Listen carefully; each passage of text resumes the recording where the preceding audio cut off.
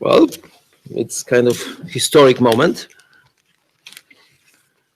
as we are about to start the first meeting of the Paris Committee for Capacity Building.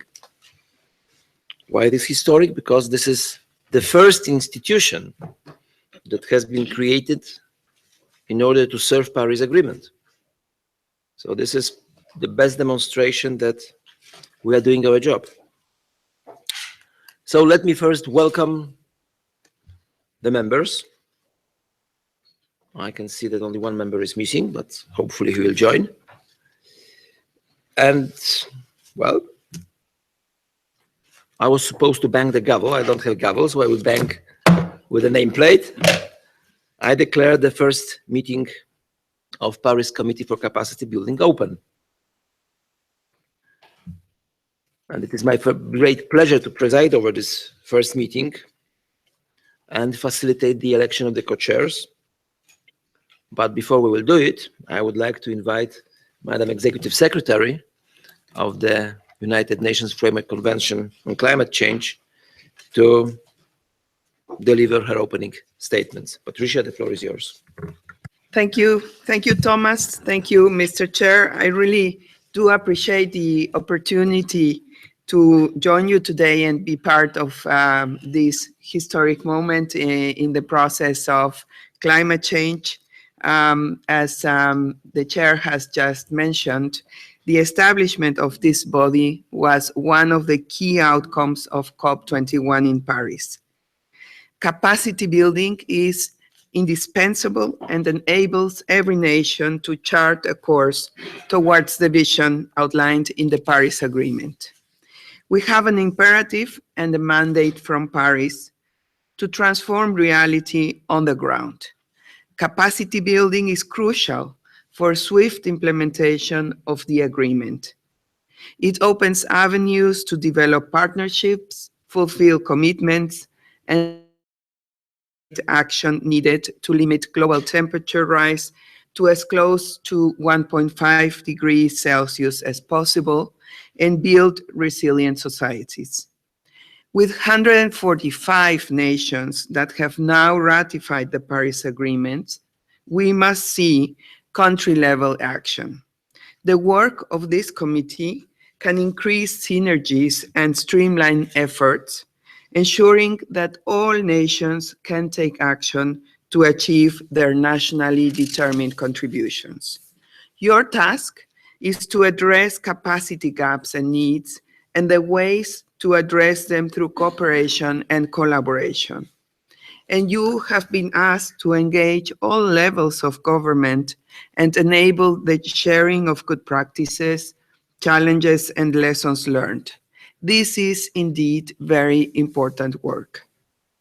Right now, governments need support to build the capacity that empowers local communities. For example, in critical areas such as climate finance and adaptation planning. Building capacity opens the door to more support and more effective support. By building bridges and making crucial connections, this committee can help deliver finance, training, and adaptation strategies to those who need it most. Parties have entrusted this body with an ambitious work plan. You will seek to increase the coherence and coordination among different bodies and actors engaged. This is both under the Convention, the constituted bodies, the Financial Mechanism, and Technology Executive Committee, to name a few. And outside the Convention, UN agencies, multilateral organizations, civil society, and non-party stakeholders. The Paris Committee on Capacity Building has a broad mandate. Urgent, earnest effort by this committee can greatly assist parties as they take the necessary steps towards implementation of the Paris Agreement. And you have the opportunity to build institutional capacity in the developing world, which take us one step closer to our global goals.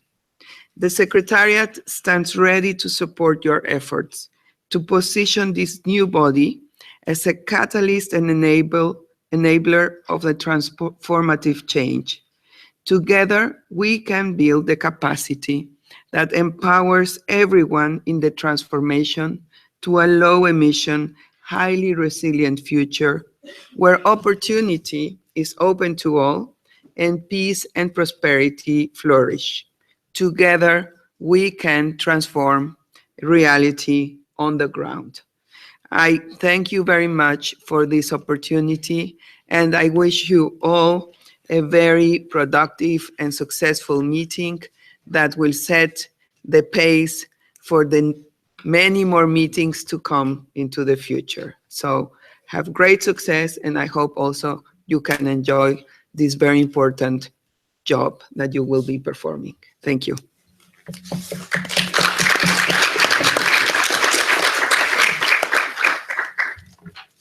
Thank you very much, Madam Executive Secretary. Thank you very much, Patricia. These were indeed very inspiring words, and I'm sure that in this gathering, very receptive gathering, these words will be remembered as all the future activity of the committee. But before we turn to the election of the officers, let me briefly give the overview of the Paris Committee for Capacity Building. It's needless to say, it has been established at COP21.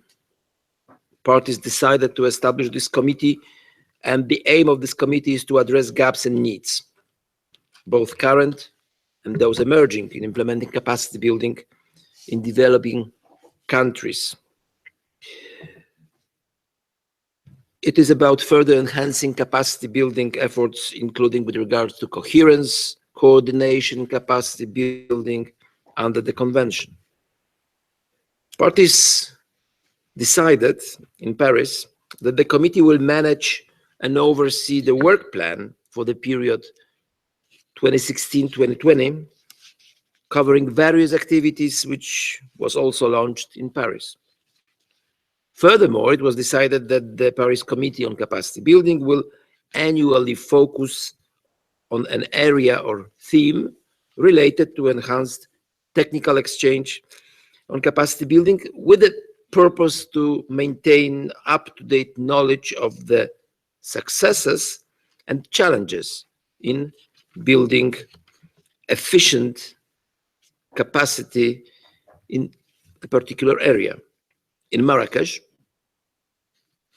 quite recently, at COP22, the terms of reference for the committee has been adopted, and the COP requested the SBI to organize the first meeting of the Paris Committee at this session, 46th session of subsidiary bodies.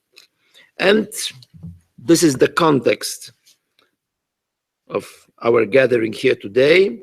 And based on these, the committee will hopefully further develop and adopt its working modalities and procedures at this meeting. You may also recall that in the context of the third comprehensive review of the implementation of the framework for capacity building in developing countries under the convention, parties invited the SBI to facilitate complementarity between the Durban Forum and the Paris Committee.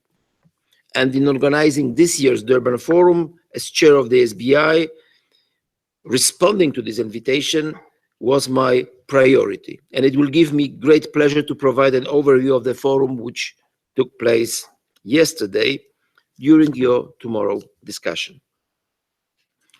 You may recall that the committee is composed of 12 members serving in their personal capacity.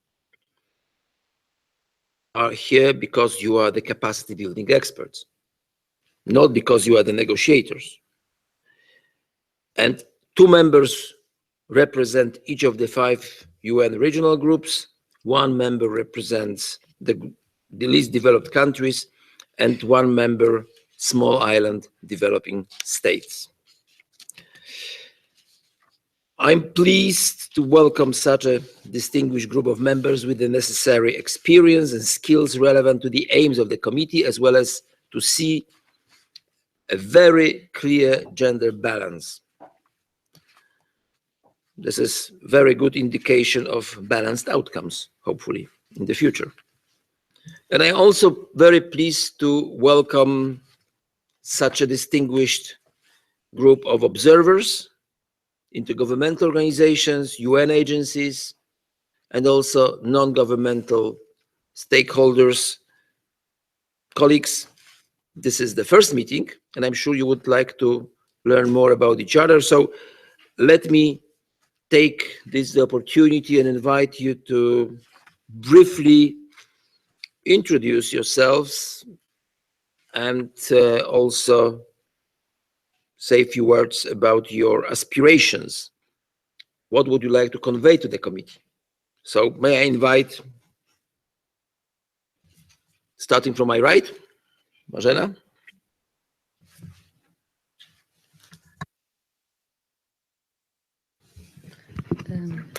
Good morning, everyone. My name is Marzena Chodor. I'm coming from Poland, and I can offer to the committee experience from both private sector and from national administration. And I also worked on capacity building projects in Eastern European countries, in Eastern neighborhood, and I hope that my experience on the ground will be also useful for the committee when we take our decisions. Thank you.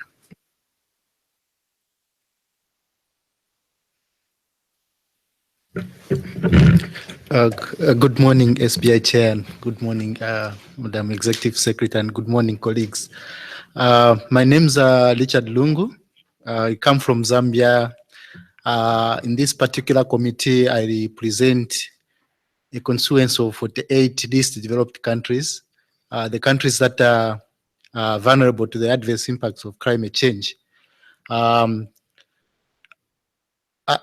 have a vision for this particular committee, a vision that would help the developing countries to implement projects at country level that will actually help them to build their resilience to the adverse impacts of climate change, and also contribute positively to the attainment of national development goals, and also the aspiration contained in various multilateral environmental agreements. I will actually uphold the principles of why this particular committee was established, and I've taken time to go through them, and I've understood them, and I promise to actually offer my expertise to build this particular committee, and also to make it very viable in terms of delivering with regard to its mandate. Thank you.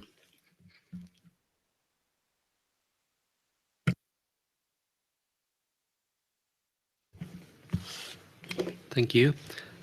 Good morning, dear Executive Secretary. Good morning, ladies and gentlemen.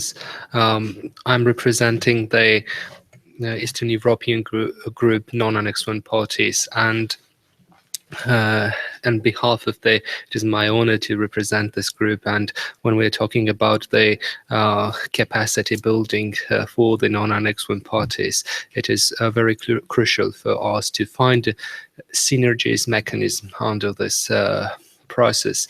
So I think we are in a transforming phase to have even strengthen this capacity building for the entire community who are working on under the climate change topic. So thank you very much.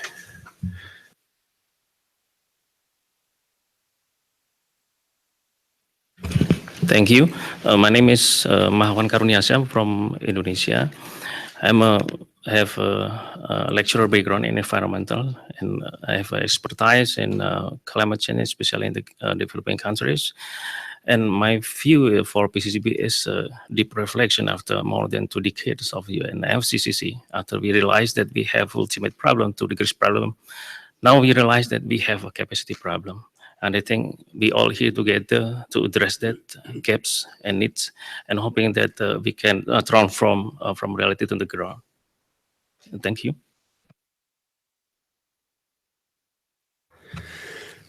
Good morning, French colleagues. I am Matti Nummelin. I come from Finland. I'm the environmental advisor of the Ministry for Foreign Affairs.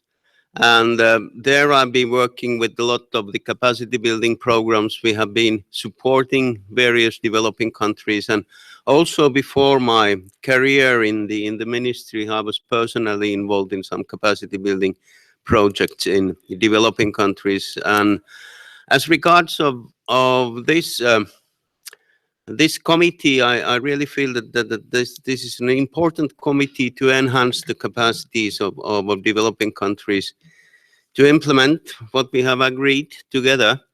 And I think that the first task is actually to find out that and coordinate and synergize all the work what is going on. So we know that there are several bodies in the convention doing capacity building. I happen to be personally involved in, this is my fourth body, so I know that there is lot of things happening and also outside of the convention.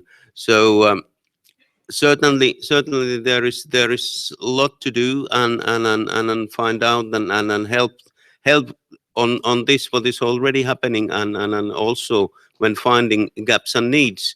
We are certainly going to recommend something new to be started. Thank you. Good morning. Good morning to you all and to all the new members of this new Paris committee. My name is Rita Michan. Oh, I'm sorry. My name is Rita Michan.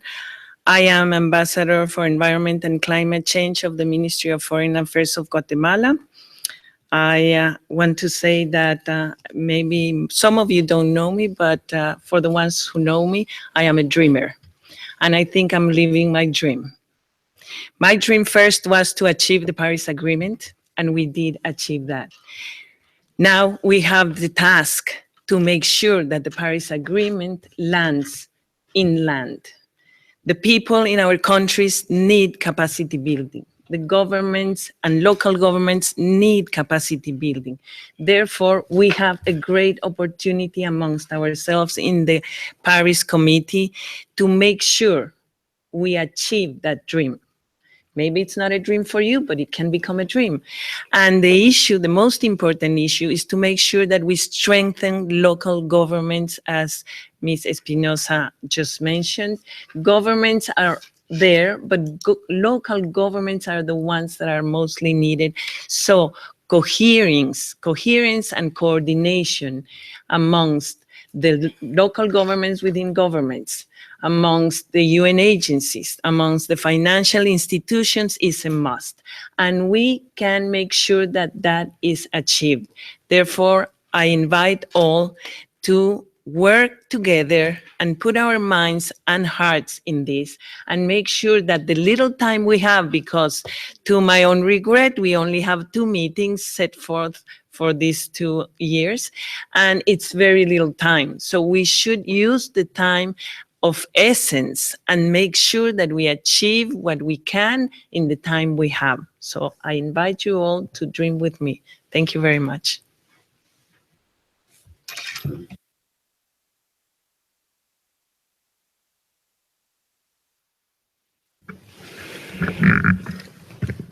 Thank you very much. Good morning, everybody. I am Mr. Nabou Mohammed. I am from Morocco. And first, I am very proud to be one member of the PCCB committee. And our vision in this PCCB committee, I think that yesterday we have some good presentation, you know, that give us some very challenge about the PCCB, about coherence and coordination, because in this the capacity building right now need some coherence and coordination. And also, as I am member of AGN group from Africa, we have a big gap, between the implementation of NDC and NAP, and also we have a big gap, to do the implementation for our NDC. That's why in Morocco, we believe that the capacity building is one of the biggest challenge that we can do. In Morocco, I am the head for the 4C Center, is the center of competency in climate change. And this center is dealing with the capacity building of all the stakeholders in Morocco. And also this center is the platform, to strengthen the South-South cooperation from to Africa. Thank you very much. Thank you for much for allowing me to speak in these meetings. First of all, I am Lenid Ndaishimie from Burundi, and I am available to work hard so that capacity building can be made in terms of coherence and coordination and the implementation of activities in the ground. I come from Africa and I present Africa, and I thanks African COP who believe in me to be members of PCCB. So I think the first of all, I believe for this committee is to identify the gaps and need and to have the solution. Africa have the most vulnerable countries, and every day we have suffering of climate impact of our communities. I believe that someone has said human before computer. So I think that if we build our capacities for our communities, all the things will be resolved. Thank you. Hello, everybody, dear friends. My name is Vedisvik, and I come from Norway, a country where it snowed yesterday. I work for the Ministry of Climate and Environment in Norway, and particularly on our efforts to partner up with countries to reduce deforestation and forest degradation. And through that work, I think we've learned quite a few lessons, as have our partner countries, and I hope to be able to bring that experience into this committee. I am dreaming with you, Rita, and I'm amazed to see how many initiatives have been established to facilitate NDC implementation, and that are also doing extensive capacity building work. And I believe that we have a very short time and a lot of work to do, so it would be good if we don't duplicate too much. I also think that there is a need to identify the gaps quickly, so that we can all work together to fulfill our dreams. Thank you. Good morning, colleagues. I'm so happy to be here and see so many faces.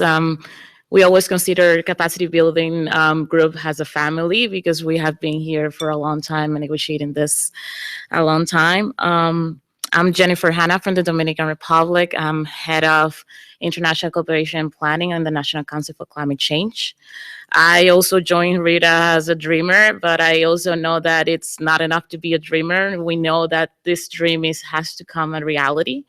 And I see firsthand projects that we develop at national that we experience the challenges that we have. And as we already know, the implementation of the Paris Agreement will be only as successful as the national capacities are. So my goal to be here is to actually search among us and look for that solution to actually fill and close those gaps, because that's what we need and that's what we're expecting from us. Thank you.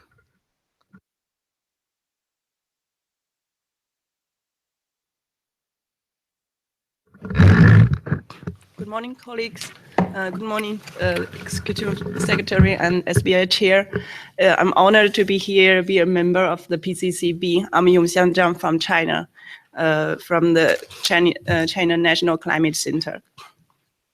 Well, people, if they know me, you know, we worked a lot for the capacity building. It's like long times we work and then deep. I'm so sorry. Just let it be. Okay, yeah. We worked so hard for this committee. Rita said she's a dreamer, and actually the PCCB is the dream product for capacity building. We worked for several years, and we have deep discussion on capacity building, how to enhance capacity for developing countries and those who really need capacity to tackle with climate change. And in our negotiation, we called capacity building as a family. And this PCCB kind of our baby. We call it like this. So it's really, I should say it again, I'm honored to be a member from the Asia Pacific region. And for this region, you know, that we also have to say we are suffering from climate change, and the capacity is definitely need not only for us, for the whole world.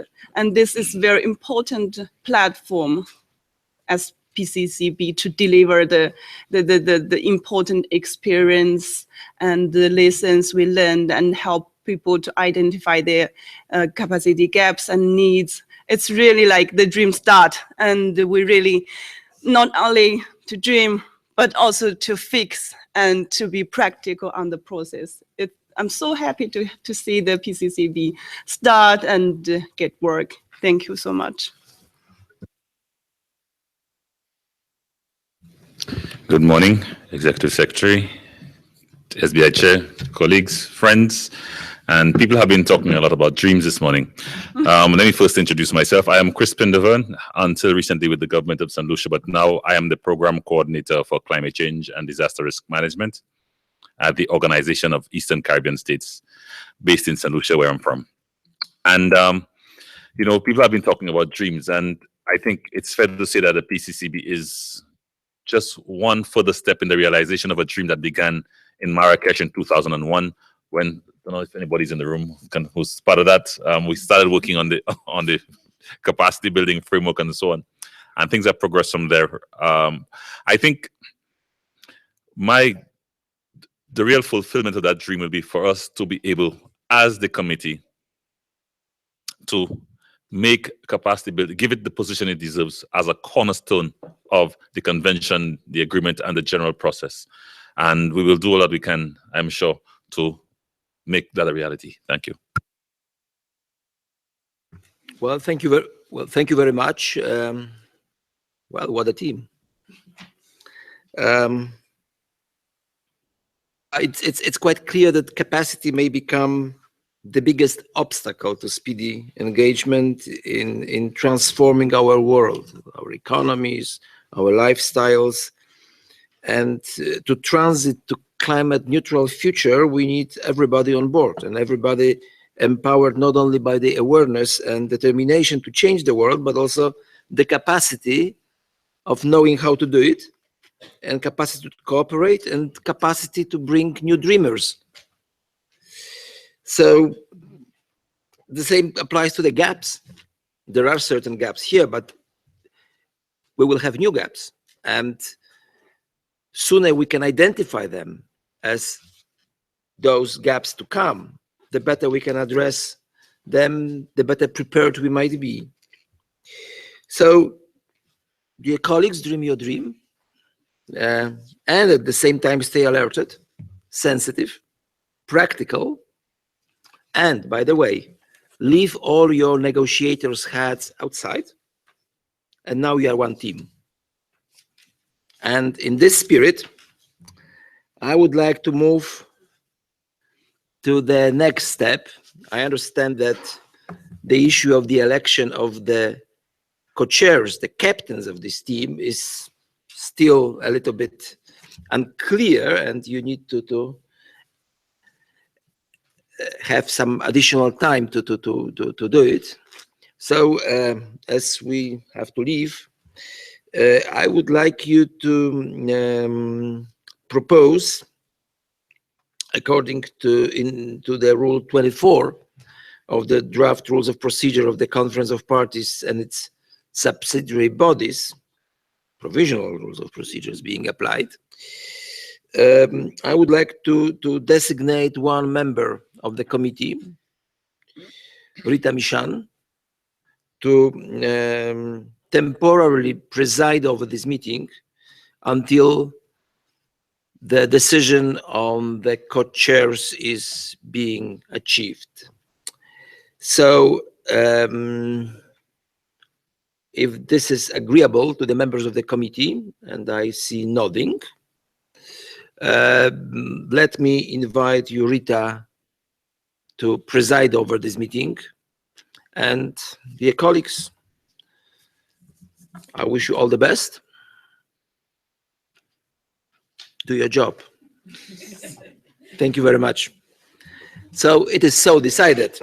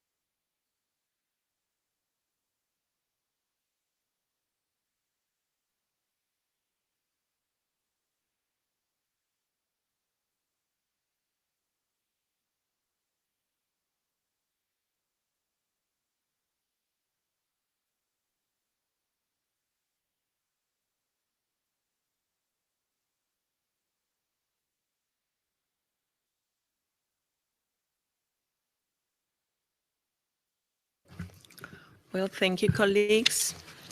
Good morning, everyone, again. We have the agenda in front of us, and now we would be taking the time, like half an hour. If earlier, we come back earlier, but if not, half an hour in order to finish deliberations, in order to finally decide on the election of officers. If everyone agrees, then we can resume our meeting at 10:15. And there's the room 212, and you can invite members to join there.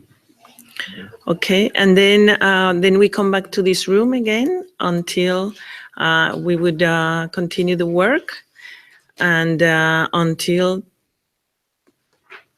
12, please. I was just advising Rita that there is a room available for PCCB members for further consultations at the 21st floor. The room is 2112. So,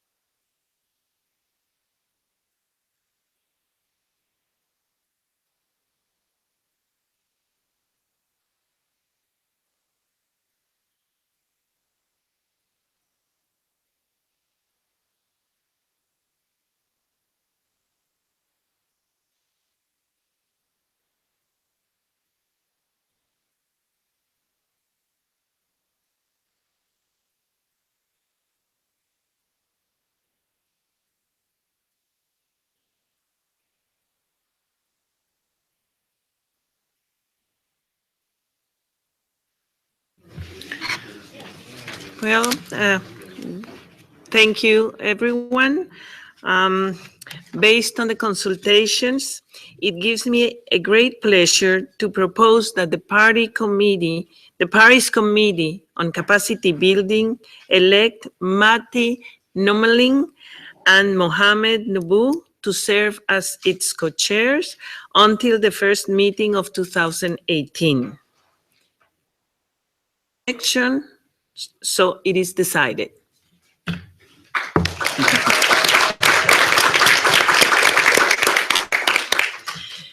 May I congratulate Mati and Mohamed on their election and wish them every success in guiding the work of the Paris Committee on Capacity Building.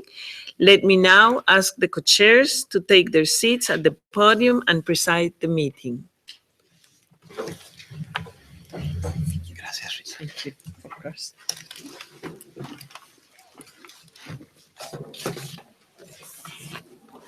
Voy y vengo con todo.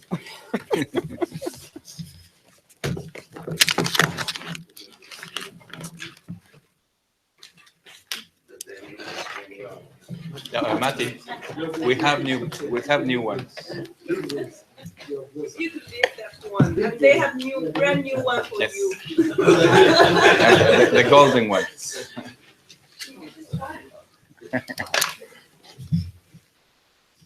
But we need the. Yeah, you still need it.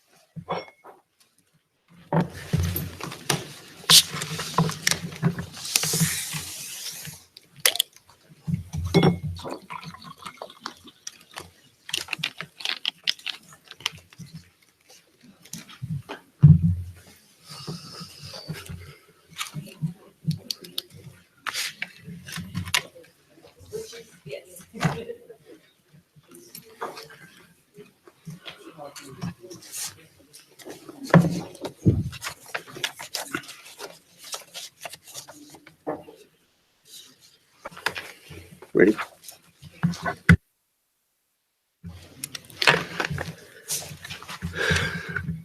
Yeah. Yeah. Yeah. Good morning, colleagues, once again. And on the behalf of me and my co-chair, Mohammed, we thank you for trusting us to take this quite challenging job. But in any case, this PCCB is, as Thomas said in the beginning, that we have left our negotiators had somewhere there in the other building, and we are going to work in as one family together to reach the best solutions for the developing countries for their capacity building. So let me now turn to the agenda item 3, to organizational matters. Or do you wish, Mohammed, to say something? Okay. So it's the adoption of the agenda.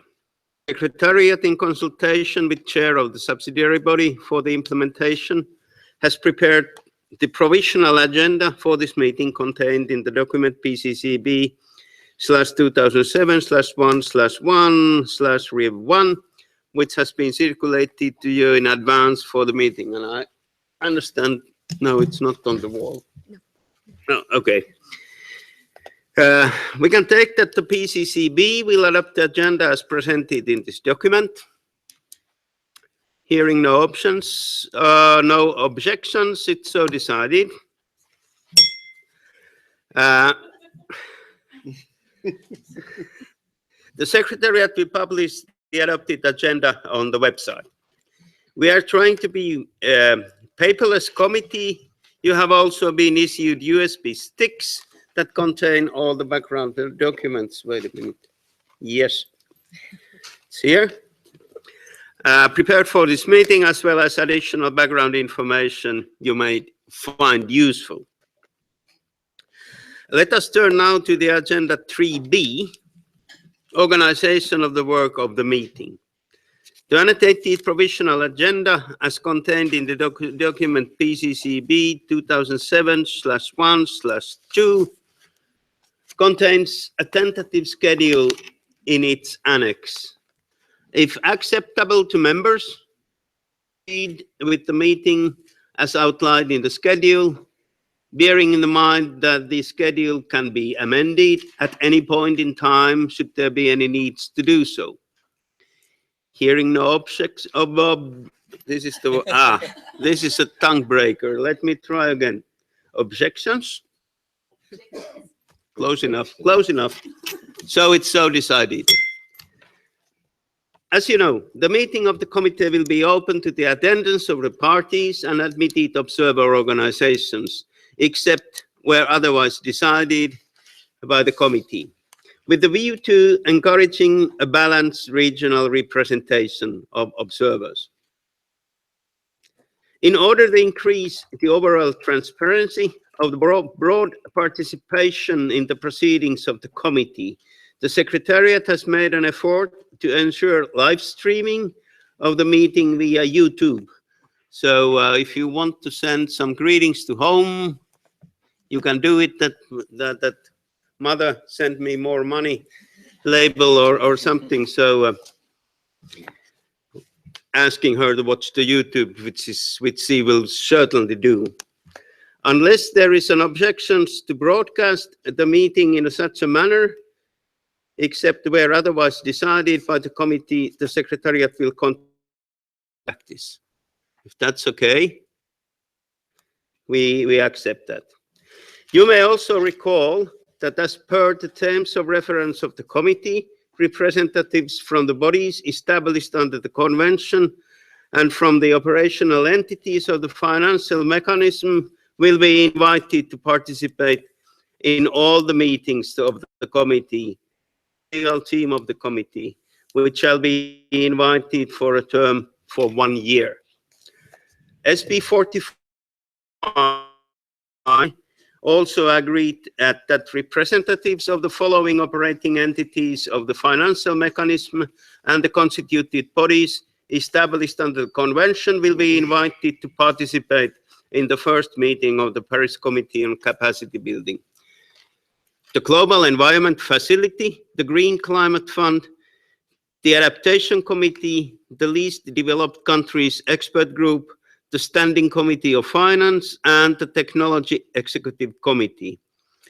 The SBI further agreed that representatives of other bodies established under the convention and the operating entities of the financial mechanism are invited to identify representatives to collaborate as appropriate on the specific activities related to representative of the climate technology, related to the work of the Paris Committee of Capacity Building, and particularly encourages the representative of Climate Technology Center and Network to participate in the first meeting of the Paris Committee on Capacity Building. In this context, it gives me a great pleasure to introduce the representatives of the constituted bodies and to invite them to provide a short introduction.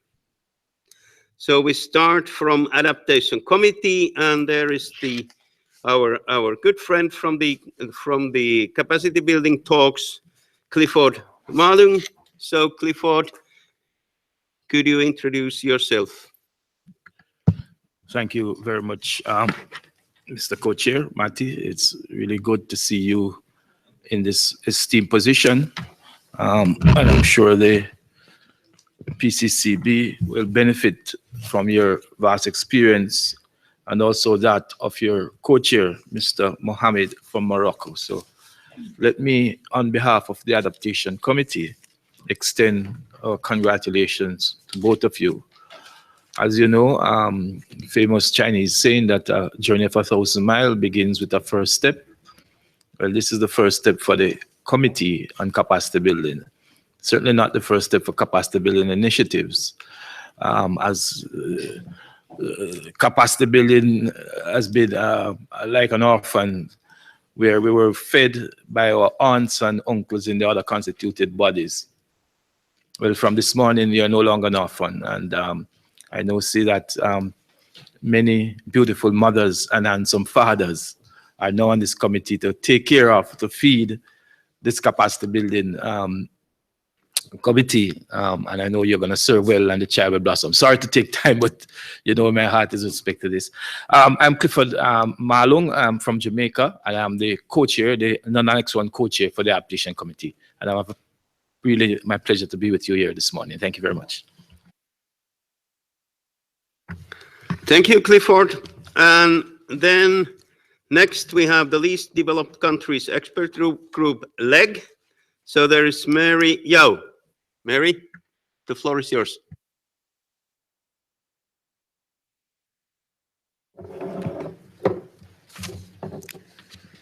Thank you, Mr. Co-Chair, and congratulations for all members.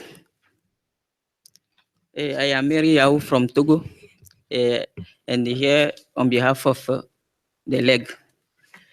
You know, the LEG have a vision on 4 points. Can you permit me to recall them? The LEG is guided in his vision that by 2020, the LDCs will have achieved the following, as well as structure adaptation plan process, formulating a robust and good quality NAPs, implementation of priority adaptation needs in identified in NAPs, and demonstrable results in building adaptive capacity, resilience, and reducing vulnerability to climate change in LDCs. So the LEG has undertook many activities to address or to achieve this vision, as elaborating guidance for NAPS process and workshops on this guidance to share experience and lessons learned. But LDCs are still facing challenges like in accessing funding for the formulating and NAPs, building sufficient capacity for national adaptation, national entities, and also how to manage or linkage between NAPs and SDGs and other frameworks like TNAs, how to build on existing program and activities at the national level in putting together adaptation aspects of a strategy framework for engaging with GCF, and how build adequate and lasting technical capacity and adaptation process over time behind institutional strengthening and integration across levels and sectors. So we know that capacity building is the base of every actions. So we are expecting to develop more collaboration and cooperation with the committee, Paris Committee on Capacity Building. So I thank you. Thank you, Mary. Certainly PCCB and the LEG will collaborate very closely. Although we haven't yet discussed among this with PCCB, but I try to, at least as a former member of LEG, to make sure of that. So, Standing Committee of Finance, Ms. Edith Katema-Kasaya. Edith, the floor is yours. Thank you, Mr. Chairman. Congratulations to both of you for having attained the co-chair's chair over there. Thank you for inviting us as the Standing Committee on Finance to participate in your first meeting. I wish to introduce myself. My name is Edith Kateme-Kasajja. I'm from Uganda, and I've been nominated to represent the Standing Committee on Finance in this committee for this year. I thank you for the invitation once again. I think the committee may wish to know a little more about the Standing Committee on Finance.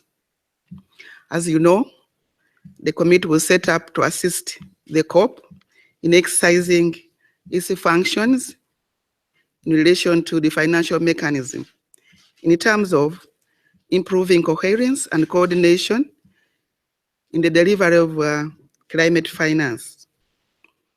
The other one was rationalization of the financial mechanism.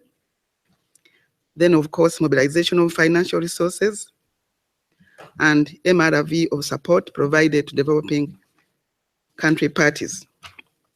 The Standing Committee of Finance will conduct various activities which might be of particular interest to the work of the Paris Committee on Capacity Building.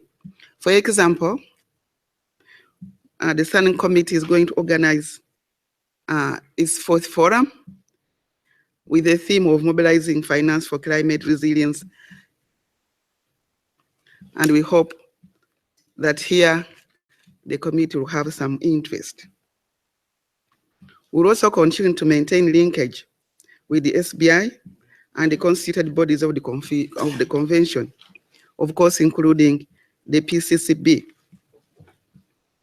We'll also continue to provide the guidance to the operating entities of the financial mechanism up to COP23, a view to improving consistency and practicability of such guidance. We're also going to participate and provide expert input in the sixth review of the financial mechanism. Co-chairs, furthermore, the Standing Committee has initiated its work on the third biennial assessment and overview of climate finance flows in 2018. In addition, the Standing Committee on Finance will continue to implement its work plan on the MRV of the support beyond the BA. Conclude my remarks. All these activities directly and indirectly relate to capacity building matters, to more broader issue of the need for enhanced and increased coherence, collaboration, coordination, and synergies with regard to efforts undertaken by various conventions. This is why the Standing Committee on Finance very much looks forward to actively engaging and maintaining linkage with the Paris Committee on Capacity Building over the coming years. I end and stress the Capacity Building Committee, I'm almost very certain, will require financing. And here, the Standing Committee on Finance pledges its support and collaboration with you. I thank you, co-chairs, for listening to me. Thank you, Eric, and thank you for the promise of the Committee of Finance to be active in our work and for the collaboration. Next, we go to Technology Executive Committee and Mr. Birama Diarra. Floor is yours. Thank you, Co-Chair. Good morning, everyone. My name is not Birama. My name is Naoki Mori, and yeah, and I think either of us will attend this meeting. And actually, the tech, we're very happy to share our experiences and findings, works related to capacity building, related to technology development and transfer. Personally, I myself has a background on the practitioner of the official development assistance, ODA, of the Japanese government. And so personally, I'd like to contribute to the experience on the ground related to capacity. And also personally, I'm not a big dreamer like yours. We're very good sleeper with little dream, but I try to contribute to the something very important meeting of PCCB. Thank you very much. Thank you, Naoki, and my apologies. The notes the Secretariat has written to me. So, and then Environment Facility and Ms. Milena Gonzalez Vasquez. The floor is yours.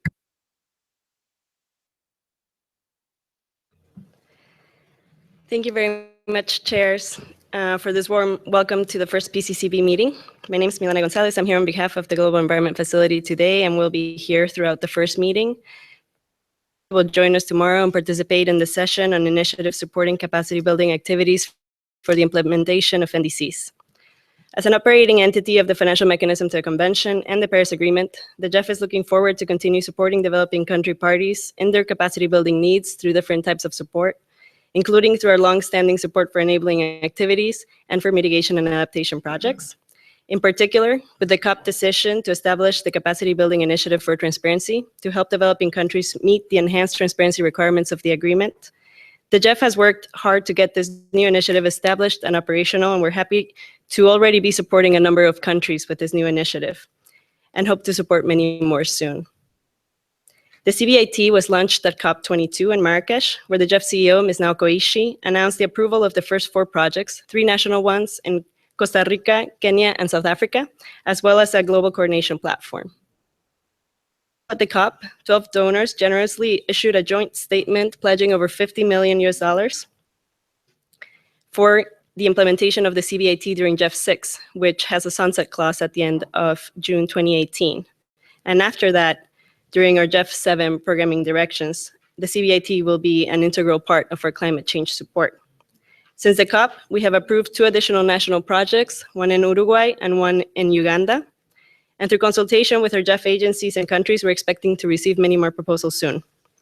We have carried out awareness raising and outreach efforts on the availability of this support through our official announcements to the GEF operational focal points, as well as through key events, coordinating with key and relevant existing and new initiatives.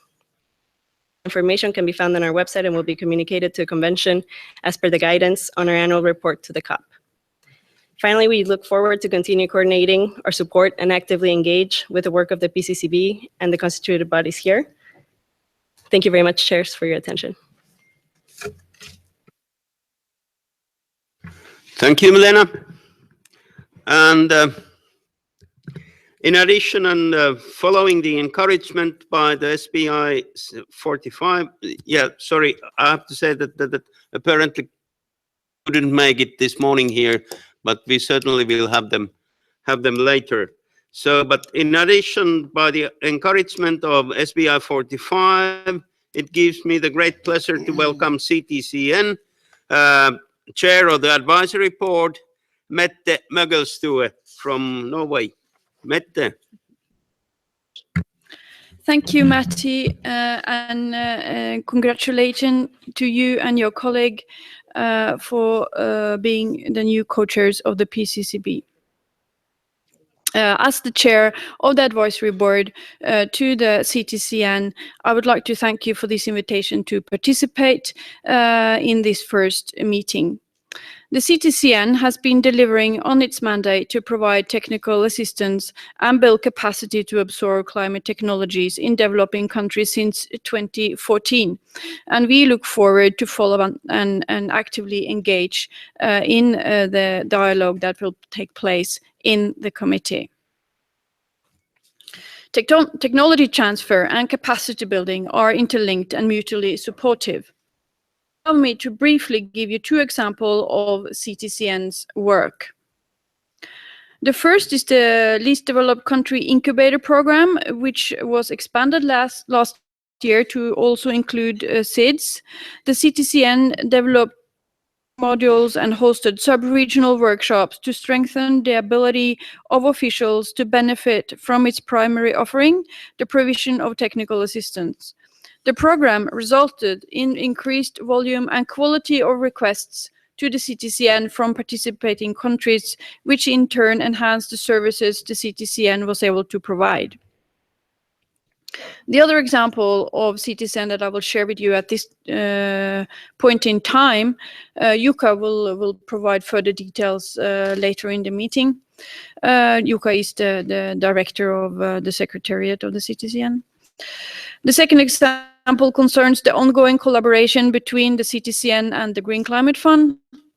CTCN and its implementing partners have designed training models designed to enhance the skills of project proponents in the preparation of project concept notes for the GCF. This effort was begun only recently, but it is expected to both strengthen the proposals being submitted to the GCF for consideration by its board and enable the allocation of funding in support of NDC implementation. The CTCN's country-driven nature has enabled it to have a good understanding of capacity building needs from developing countries related to climate technologies.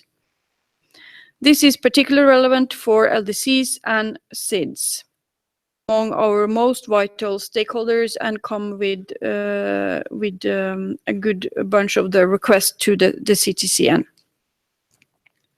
On behalf of CTCN, I can say that we look forward to contribute to these discussions, both over the next few days, and as we look to enhance the coherence and coordination of capacity building activities as part of both of our work plans. And ready to share our experiences and the lessons we've learned in the course of our work since 2014 to build capacity for the absorption of climate technologies. And I wish you the best for a productive session. Thank you. Thank you, Mette, for the very rich information. So I would like to welcome the other representatives of constituted bodies under the convention. Representative of the consultative group of experts on national communications from parties not included in Annex 1 to the convention, Mr. Jerome Boutang. So, Jerome. Thank you, Chairs, and good morning to everyone. My name is Jérôme Boutan from France, and I'm the Executive Director of the Expert Center of Climate Change, CITEPA, based in Paris. We are mandated by the French Environment Ministry to prepare the national GHG inventories, and we are also engaged in various capacity building initiatives abroad. Presenting, I'm very proud of it, the CGE, the consultative group of experts, to assist developing countries in improving their national communications. And since COP19, the biennial update reports, BURs, parties not included in Annex 1 to the convention at this meeting. So CGE, as a reminder, is one of the oldest expert groups. It's been created, I think, in 1999 under the convention, providing technical assistance and advice to country parties to be able to participate in the MRV framework, assisting parties to prepare the national communications reports. The CG consists of 21 experts representing both Annex 1 and non-Annex 1 parties, many more from non-Annex 1 parties, as well as 3 representatives from specialized agencies such as UNEP, UNDP, WRI. The CG has developed a 5-year work program, 2014-2018, which focuses on key strategic priorities. To build the capacity of developing country parties to facilitate of MRV arrangements under the convention. That's for one. Second, enhance the sustainability of the national communication and the annual update report process to enhance collaboration and cooperation with other global initiatives, enhance communication and outreach. Fifth, to ensure availability of resources and optimal working arrangements for the operations of the CG. So some of the key activities of the CG include conducting needs, constraints, best practices, lessons learned, to developing, designing, delivering training materials, such as setting up and enhancing robust institutional arrangements that function on a continuous basis, enhancing access to financial, technical, and capacity building resources, hands-on training workshops. We use innovative tools to reach out to a larger pool of experts through online webinars and e-learning courses. Designing the training program for the team of technical experts to be able to conduct the technical analysis of the biennial update reports, and collaboration and cooperation with other expert groups and constituted bodies under the convention. So that's all for me, and I wish you obviously the best of the work for the. Thank you. Thank you, Jerome. So we all know that the CCE has really been helpful for the non-Annex 1 countries to prepare their reports. And next, the representative of Executive Committee of the Warsaw International Mechanism for Loss and Damage, Mr. Orville Gray. I would like to give the floor to you now, Orville. Thank you, Mr. Co-Chair. And let me first congratulate you and your co-chair on your election and wish you all success in launching the important work of the Paris Committee on Capacity Building. It is my pleasure to participate in this inaugural meeting of the Paris Committee in my role as co-chair of the Executive Committee of the Warsaw International Mechanism for Loss and Damage. Let me use this opportunity to briefly introduce our work, in particular where our work has been and can be instrumental in assisting developing countries. The intervention needs to be brief, so I'll make this quick. As you may be aware, the WIM has the mandate to address loss and damage associated with the climate change impacts in developing countries that are particularly vulnerable to the adverse effects of climate change. The WIM has 3 functions. One particular relevant to the work of the Paris Committee is action and support, technology and capacity building to address loss and damage associated with the adverse effects of climate change. The other 2 functions include enhanced knowledge and understanding of comprehensive risk management approaches and strengthening dialogue, coordination, and coherence and synergies among relevant stakeholders. The Executive Committee is tasked with guiding the implementation of the functions. In addition, the Paris Agreement reiterates the COP's request for the WIM to collaborate with existing bodies and expert groups under and outside the agreement. To this end, the EXCOM has worked actively with a wide range of stakeholders, including a number of constituted bodies under the convention, to facilitate dialogue and catalyze action on different elements of averting, minimizing, and addressing loss and damage. For example, last year we introduced the consideration of financial instruments to address the risks of loss and damage in the work of the Standing Committee on Finance, including in the context of its annual forum. The EXCOM helped to pave the way for considering financial instruments and tools that address the risk of loss and damage in a holistic manner. We also organized a side event on non-economic losses during last year's sessions, SV sessions, which, based on the number of participants, was a big success. This year, one of the technical expert groups of our committee is making available a user-friendly paper-based compendium on comprehensive risk management approaches. This compendium of practices from around the world is intended to promote and enhance understanding of comprehensive risk management approaches. In addition, we are also working with the insurance sector and other relevant stakeholders to facilitate the efforts of parties to develop and implement comprehensive risk management strategies. Our aim is that the technical work can be catalyzed by the executive committee and that it will contribute to enhancing to address loss and damage. Let me close by informing you about the strategic work streams which the EXCOM will focus on moving forward. Onset events, non-economic losses, comprehensive risk management approaches, migration, displacement and human mobility, and enhancing action and support. In this context, we are mobilizing expert organizations and implementing agencies to assist us with our work. Expert group on comprehensive risk management and transformational approaches, the task force on displacement, and the expert group on non-economic losses. Let me conclude by reiterating the readiness of the Executive Committee of the Warsaw International Mechanism to engage with the Paris Committee on capacity building, and I look forward to further exchanges of views on possible entry points for productive collaboration in the future. Thank you. Thank you for the offer, Orville, to work in collaboration, and then also hearing that you have already experience to work with the other constituted bodies. So very good start. So, dear colleagues, it's also very encouraging to see that many observers have followed the invitation to attend this meeting.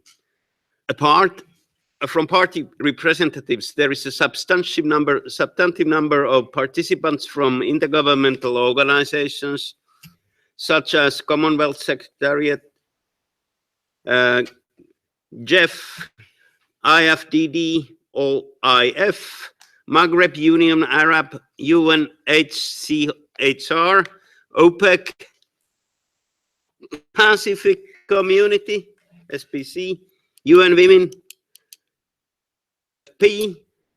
WIPO, and well, certainly that was not an extensive list of all the organizations presented here. In addition, the following constituencies of admitted organizations have nominated representatives to attend this meeting. Research and independent non-governmental organizations, RINGO. Youth non-governmental organizations, YOUNGO. I'm very happy that YOUNGOs are there, because I remember that it was capacity building negotiations in Durban. I think that the youth in a COP decision.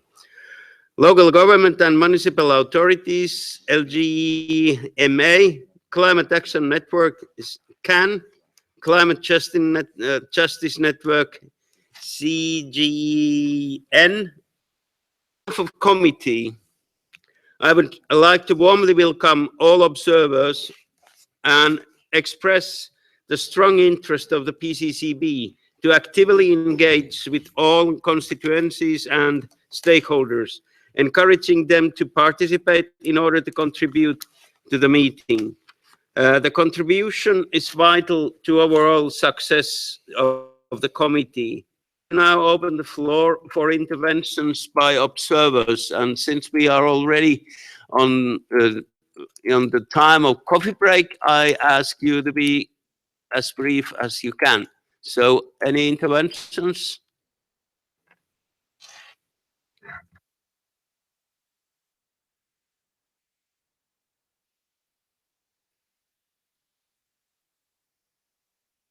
Well, certainly you have a possibility to intervene afterwards. I understand that everybody wants to have a morning coffee, sitting and then waiting for us to start. Let's have a coffee break, and it's 15 minutes. So if I say that be here 11:15, you will probably be here something a little bit afterwards. So have a quick cup of coffee. Thank you.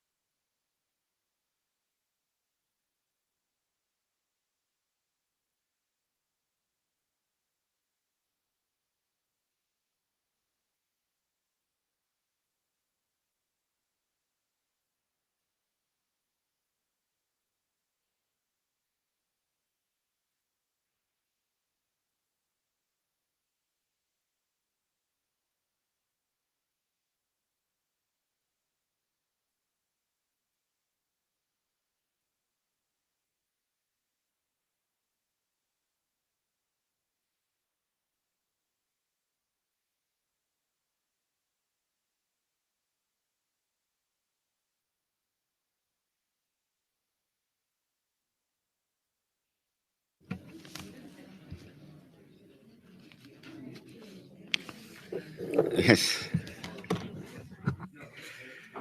Please, we are going to start.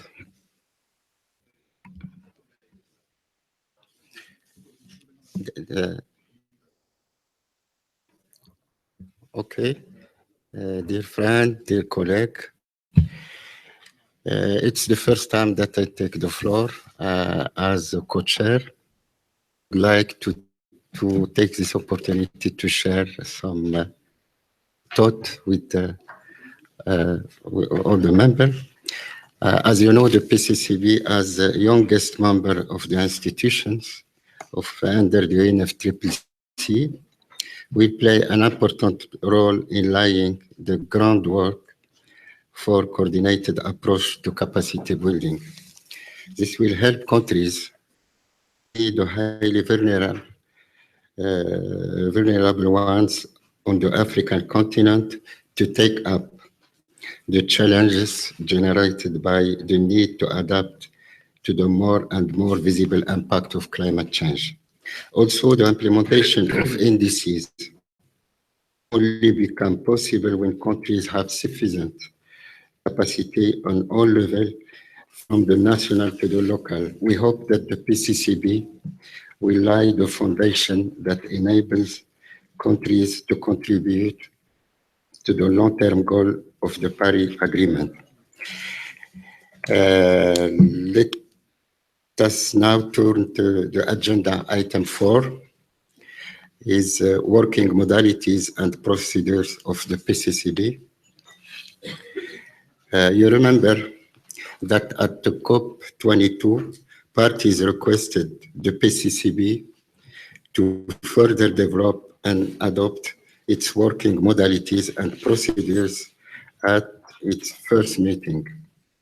Area has prepared a background document PCCB 2017/1/7/3, which contains rules and procedure, as well as draft working modalities.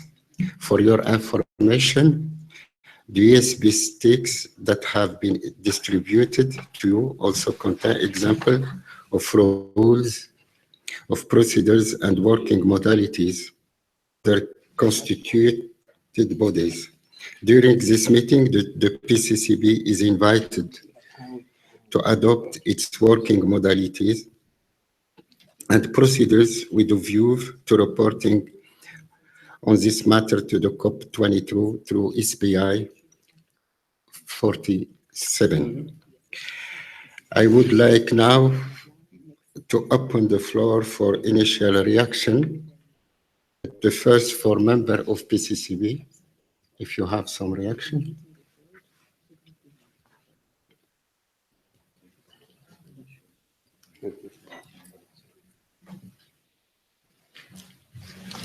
Yes, Rita.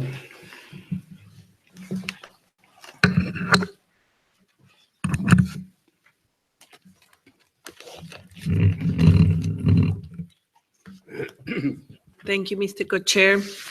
I want to make a comment on the importance of electronic working and electronic decision-making. As many of us recognized in our opening remarks, we will have a lot of work to cover, and we will have very few meetings too, as a matter of fact. Therefore, effective remote working will be necessary. As members, we will recall, we have had a number of calls too in preparation for this session. And I want to thank the Secretariat for the very able preparation and facilitation of these calls. However, and I mentioned it earlier in our calls, I have to say that there were important technical issues during these calls. This means that for many of us, it was difficult to hear clearly each other, what everyone was saying. And sometimes the line was noisy for some of us. Sometimes people would drop out of the calls, in and out at times. And this meant that I could not fully capture the interventions of all of us. Guatemala is a member of ILAC, And this means that I frequently take part of teleconferences with many participants because we do all our coordination through teleconferences. And it's a very active exercise within ILAC.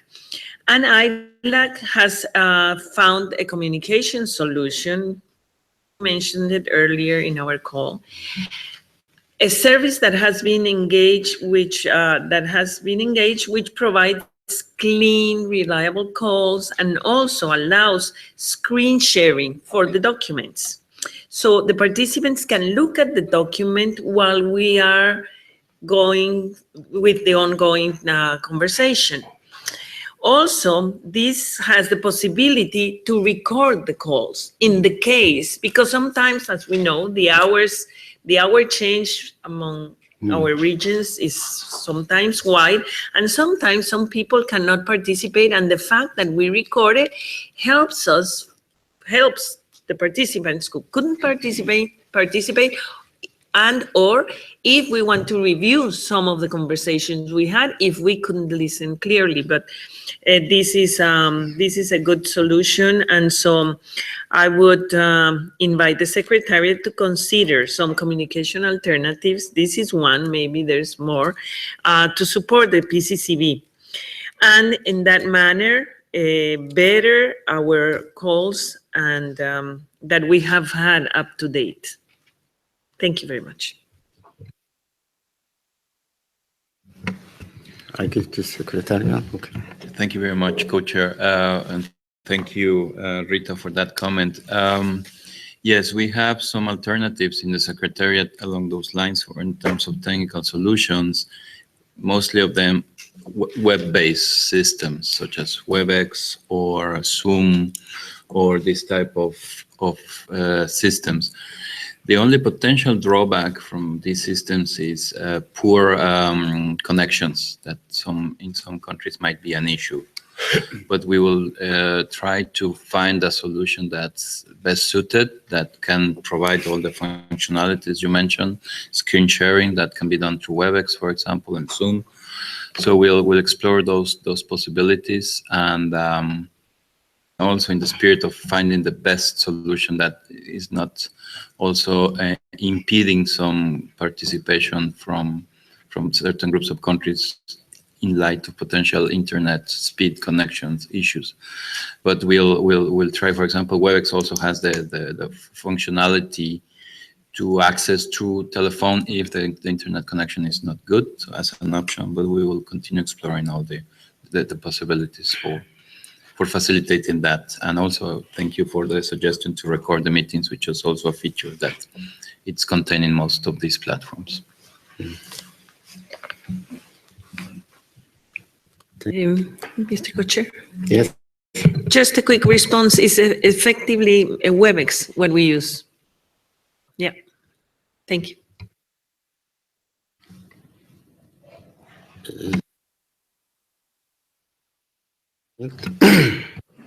Thank you for Rita to the issue and the Secretariat for the response. But the core conference is very limited for African countries, I think, in my view, because of the equipment we have, and sometimes English is not our local language, and when someone speak face to face, is very easy to understand. So I think you could look at a solution for that one, the facilities of communication. Thank you. Richard, please. Thank you, Co-Chair, and let me join my colleagues to state that the background document which has been provided by the Secretariat containing various issues pertaining to the modalities and procedures of this particular committee provide a very good basis for us to engage further as a committee. That the information that is contained in this particular background document corresponds very well with the mandate that was given to us, and also in terms of the decisions that were passed by the COP. However, I wanted to flag one critical point which has been mentioned by two members from the PCCB, the issue of how we are going to conduct our business as a PCCB. Much as we would appreciate that we have other options of conducting our business, we need to look at the technicalities of these particular options. In particular, the one that has been mentioned by my colleague from Burundi and also from Guatemala. We from the LODC had a practical experience regarding this particular mode of operation. I remember very well. I was requested to join the group, and actually I went through difficulties to find the platform where I could join the meeting. And unfortunately enough, the first meeting which I participated, fortunate enough, I found the facilities which I had to go and beg from the UN system, because where we are, we don't have connectivity. We don't have facilities for the teleconferencing calls. So I had to go and request from the UN system in the country. The second time I asked for that, the service was being used by the UN system. So I was called during the meeting, and I replied to say, we cannot join because we don't have the facilities. So as we consider these options, we need to take into consideration the plight of the members in terms of whether they have those facilities in place to actually participate in the meetings when it comes to teleconferencing calls. And the other point which I want to raise is the issue of clarity. Whenever we have this particular calls,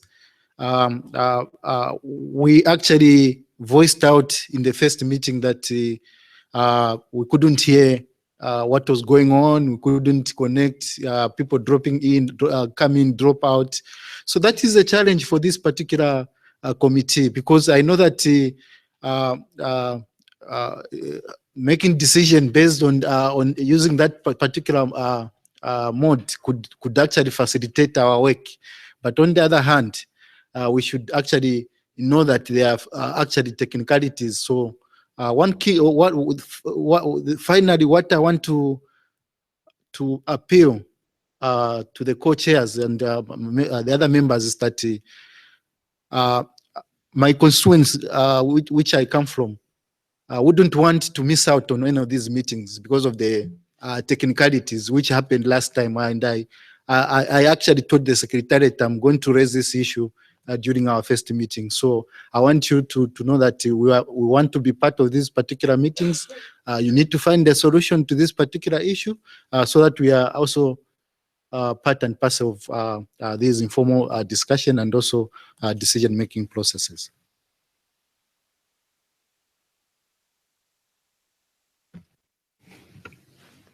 Thank you, Richard. I give the floor now to the observer.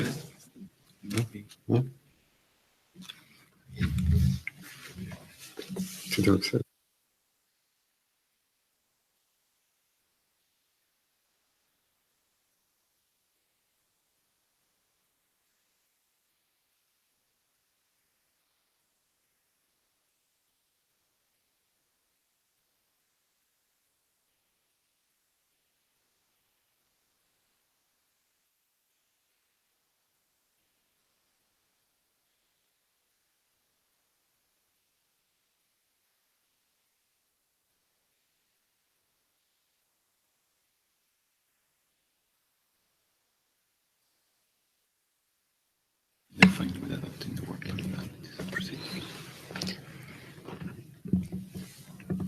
If there are some remarks also from the member of PCCB before.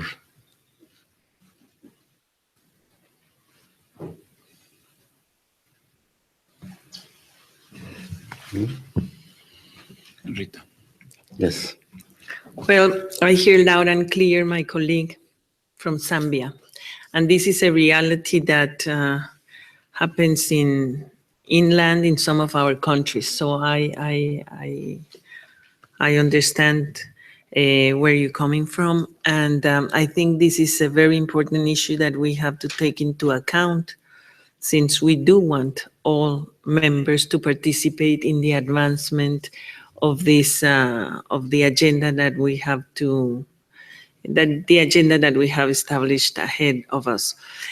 In that sense, I know that in order for us to meet the main issue that the Secretariat has for future in-presence meetings is the issue of financial resources. It's not something we can solve here, but maybe we should, I'm always, like I said, dreamer, but not in the sense of dreaming just for the sense of dreaming, but I'm always looking forward to finding innovative solutions and finding solutions. I always say that if there is not one way, we can find 2 or 3 other ways, because there's always a way. I'm a believer that there's always a way. So I don't know how much can we do to support the Secretariat in order to find the solution for the financial resources. I dedicated most of my career to finding the financial resources for the projections in my country and the region, Central American region. Therefore, my tendency is always going towards finding solutions. It's something in me. Therefore, I don't know how much we can do, but this is something we would have to discuss, and I would like to hear my other colleagues and obviously the Secretariat. Thank you.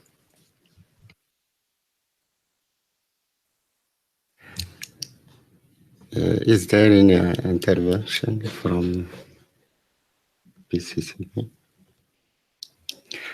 I think that the Secretary will take all this remark and take care of this remark.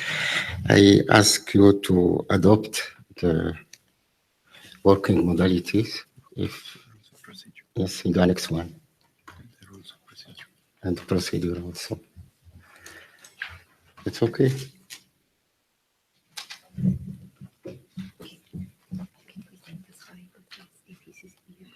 Rules of procedure is contained in Annex 1 and the working modalities is contained in Annex 2 and require the criteria to ensure technical solutions are explored. Yep, you want me to do that? Okay. Yeah, just do it on the screen and then you get agreement.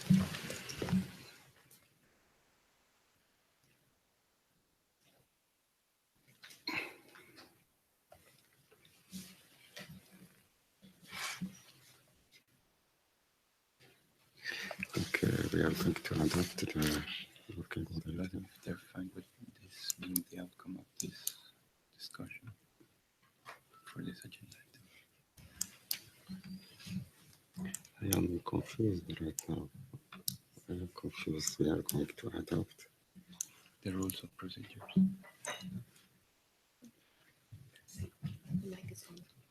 Hmm?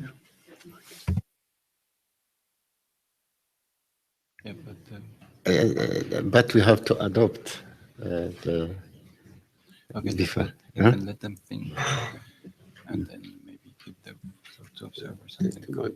Hmm?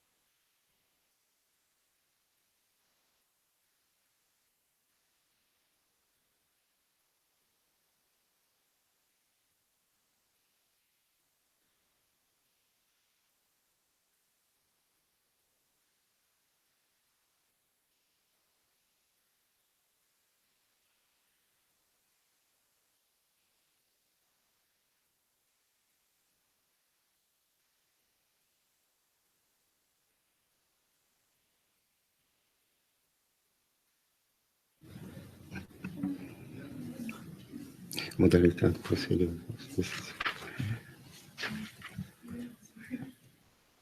If you are agree, we are going to adopt the modality and procedure of PCCB, and the secretariat will take care about all the remarks and observation.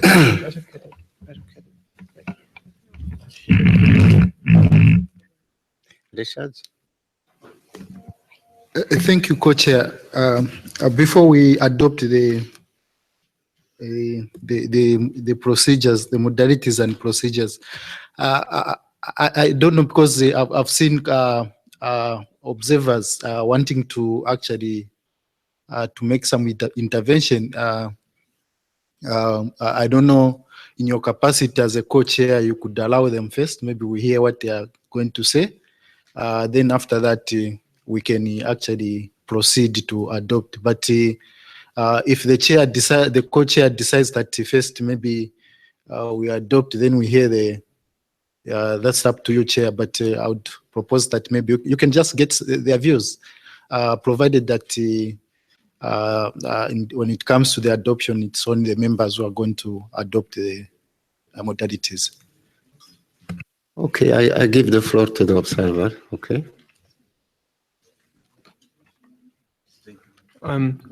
Thank you very much, co-chairs and members of the PCCB, delegates, for us to also be here and to give. Oh, sorry. My name is Jonas Haller from the Global Marshall Plan Foundation. I'm here on behalf of Yango.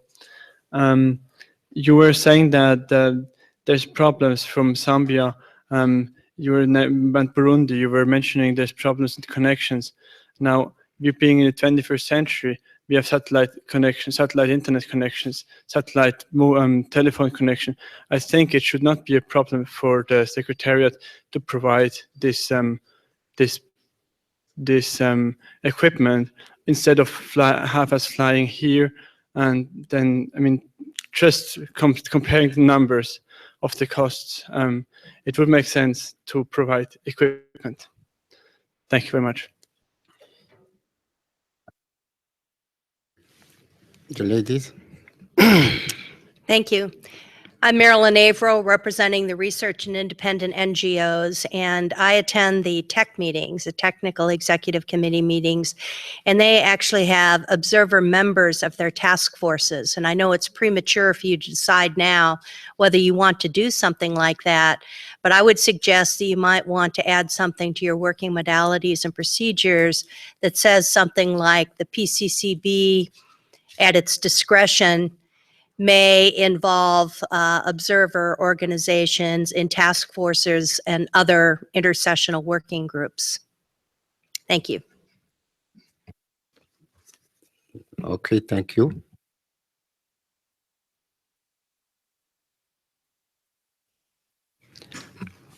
Okay. I think that we are going to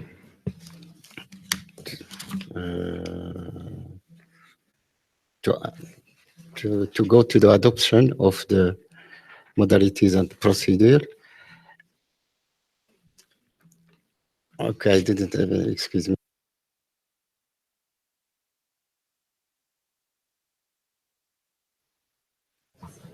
Good afternoon, colleagues. I'm from Japan, and I congratulate the PCCB members to establish this the important committee. I just want to clarify the procedure for this meeting. So, to the Secretariat, are you going to have the observers comments one by one for each agenda item? Are you going to do it?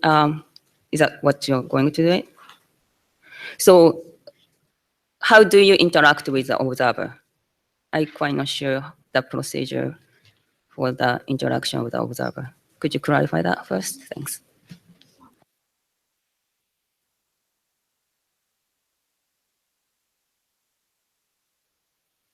Yes, okay.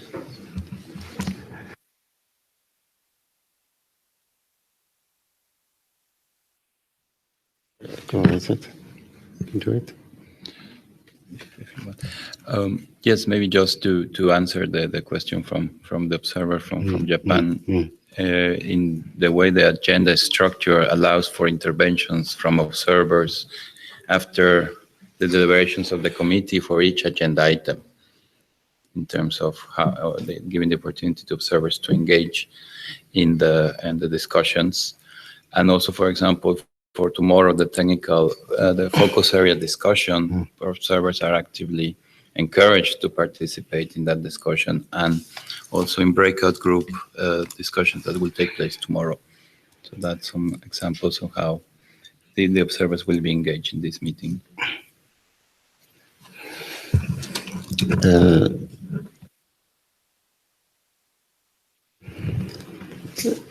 Can I just ask if it's possible for us to get the working modalities of the tech so that we can see what kind of language they have on the inclusion of observers in task forces? No, task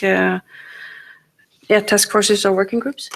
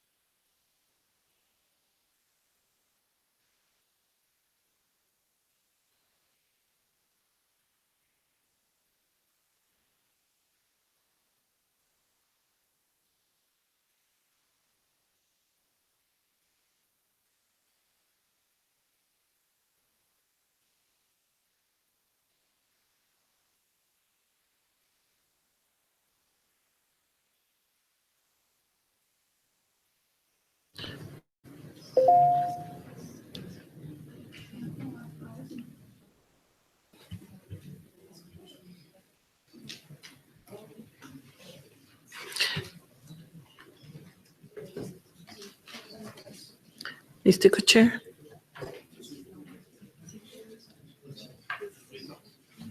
Yeah, I was just going to mention that in our document, PCCB /2017/1/3, the one that you're setting on the screen, in Article 13, paragraph 42 says the committee may decide on additional procedures for the participation of observer organizations other than those admitted to the UNFCCC, similar, in parentheses, similar provisions for AC, EXCOM, and TEC. So it is somehow reflected in the modalities that were presented.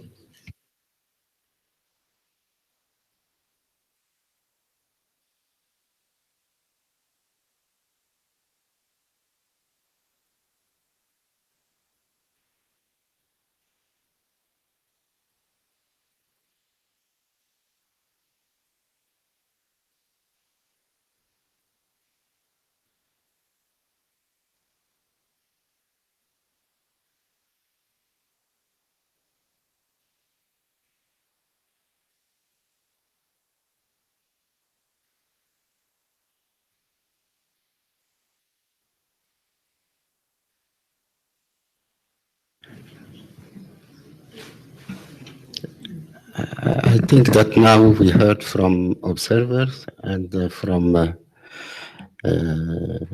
PCCB member. Yes, excuse me. Sorry to take the floor again. I'm just curious because in our working modalities, under the two paragraphs of working groups and task forces, it clearly says that the committee will determine an appropriate number of members. Would that exclude observers, or would that just be members of the task force that could be members of the committee and observers?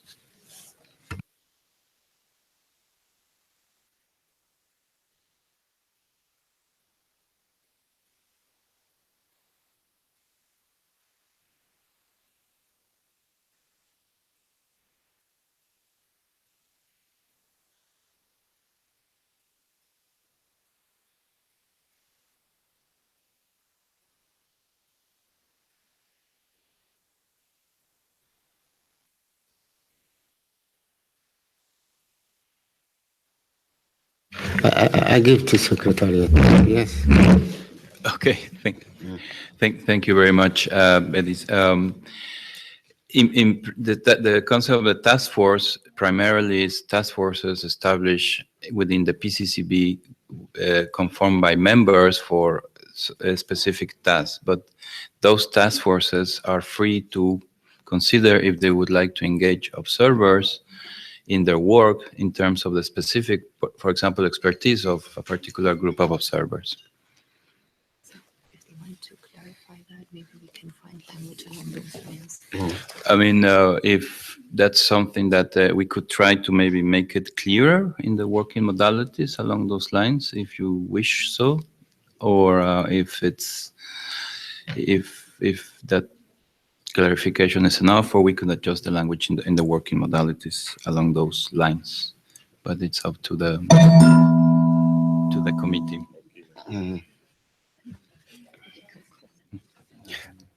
Yes. Co-chairs, that's a very pertinent issue that we need to consider. However, I think having gone through the whole document, I'm very much confident that actually what we are actually considering here has been covered. If you look at is it para 40 of this particular document, you'd realize that the committee has been given that mandate to draw on certain expertise, which we may deem to be very necessary in actually engaging in actually advancing our work. I would believe that with this particular provision, it's up to the committee actually to use this particular provision and also search for expertise that are not available or that are actually deemed necessary in terms of furthering its work.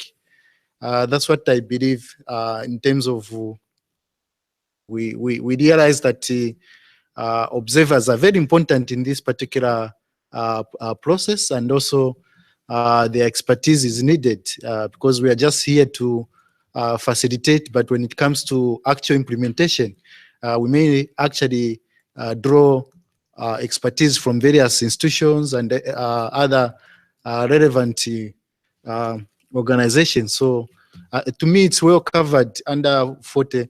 It's up to this particular committee to decide. And the key point which we need to actually take into consideration that on annual basis, the committee will be requested to actually come up with an annual theme of focus that will provide the basis for us to engage further with the observers and also identify the crucial participants, be it in our task force deliberations or the actual meeting itself. Thank you, Co-Chair. Excuse me.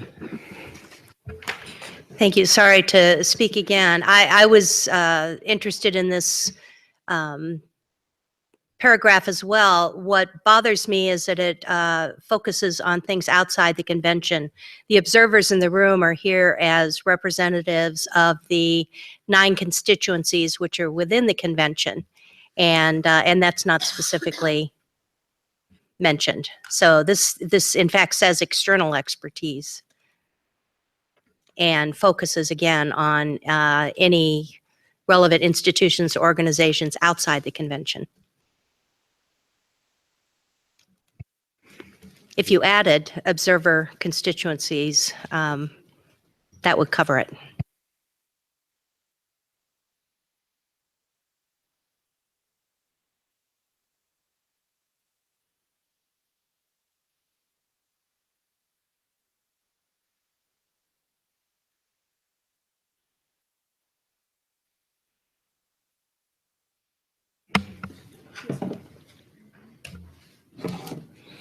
Thank you, Yes, please. Co-Chair, Yes. and congratulations if we've already congratulated you.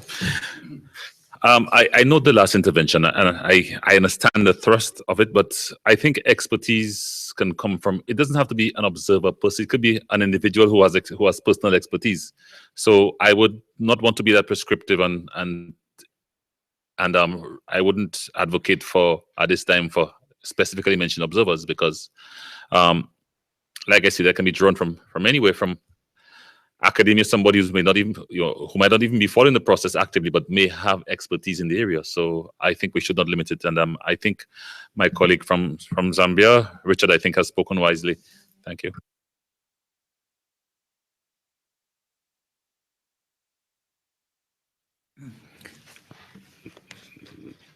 I think that we can go to the adoption if you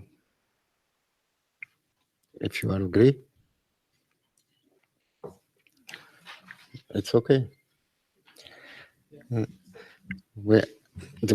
modality and procedure is adopted. Okay, thank you. Before we break for lunch, I would like to invite the Secretariat to give us a short presentation on the capacity building portal. Okay.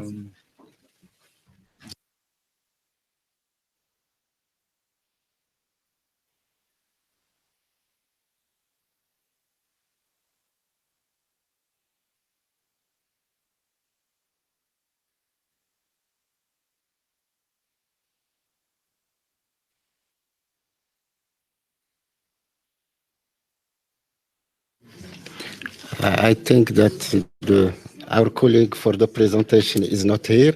We are going maybe to the lunch break.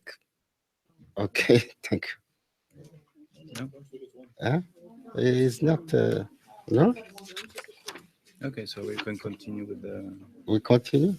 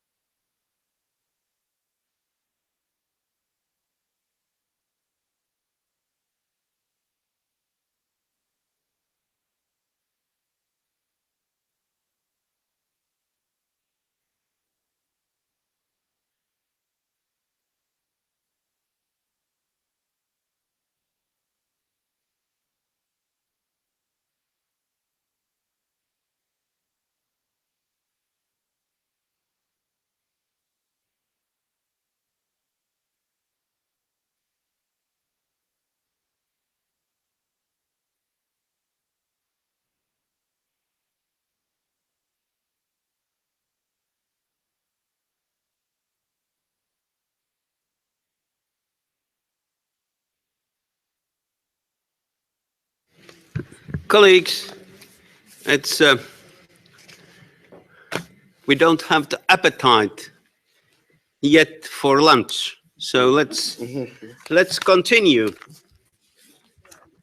So we have the item 5, which is the implementation of the 2016-2020 capacity building work plan.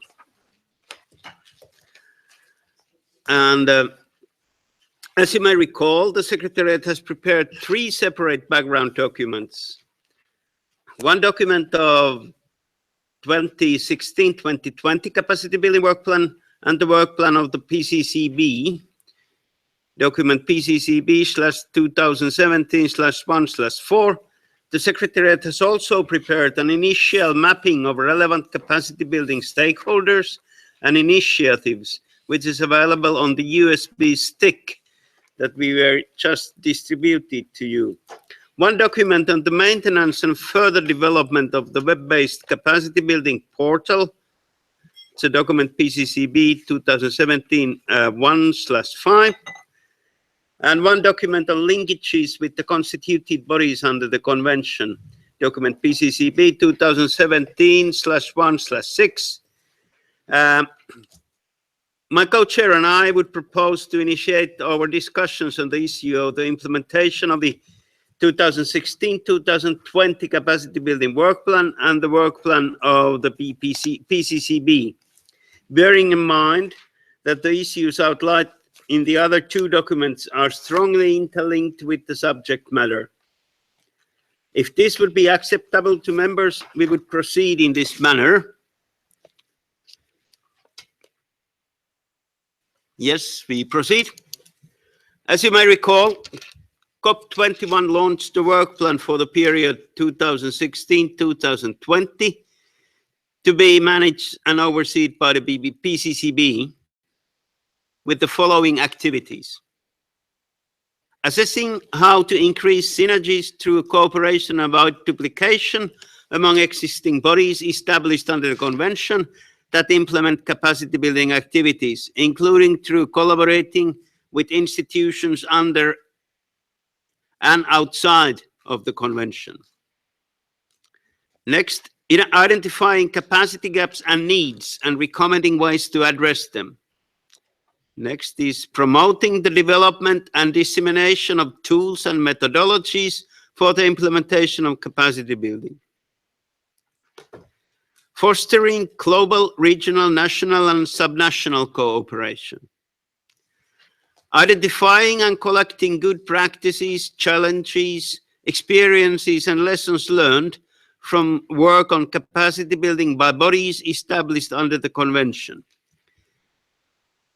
Exploring how developing country parties can take ownership of building and maintaining capacity over time and space.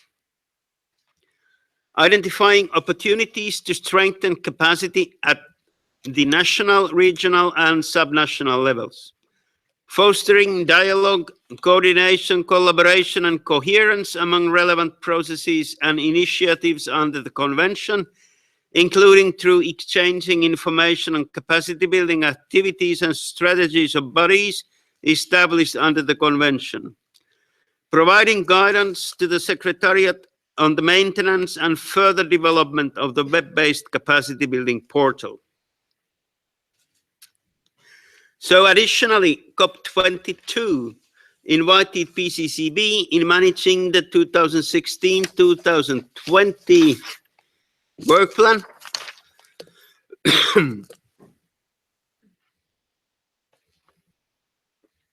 to take into consideration cross-cutting issues such as gender responsiveness, human rights, and indigenous peoples' knowledge. To take into consideration the outcomes of the third comprehensive review on the implementation of capacity building framework. To take into the consideration previous work undertaken on indicators for capacity building. To promote and explore linkages with other constituted bodies under the Convention and the Paris Agreement. Engage in implementing capacity building activities. To take into consideration ways of enhancing reporting on capacity building activities, taking into account all initiatives, actions, and measures on capacity building under the Convention and the Paris Agreement, as well as reporting mandates in order to achieve coherence and coordination. As outlined in the background document prepared by the Secretariat, PCCB will be invited to agree on, first, to approach to implementation of Decision 1 CP21 and 16 CP22. The work plan of PCCB, the USB sticks you have been distributed contain examples of work plans of other constituted bodies. The organization of its substantive work in 2017. We have already, during our last conference call, heard some initial reactions on the matters outlined in the document. I would like now to open the floor for further reactions and views on this subject matter. So, and if you wait for a second, I have to download those documents to my laptop screen in order to see that what we are speaking about. So, and I hope that everybody else have either the paper copy or as a paperless one on their computers. Just a second, we continue soon.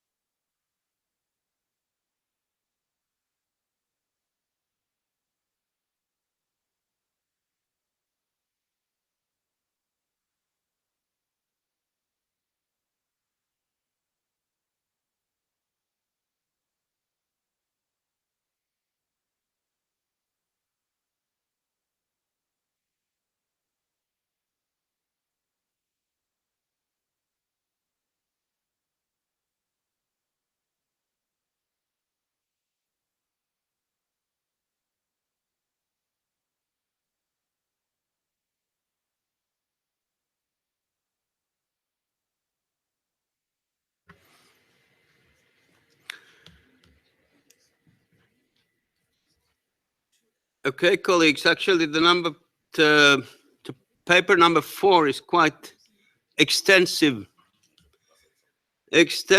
paper, and yeah, 13, yes. So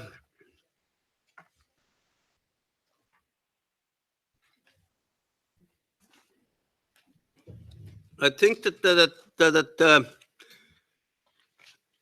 if you allow me, so could we discuss on the annual focus area or team? And if you recall, in our last conference call, informal conference call, we already more or less felt that this topic, what we have now, the capacity building for NDC implementation, is quite extensive. So there were some proposals made during that informal telephone conference that we could continue on the same theme, but I just put this on the table, and the floor is open for the members.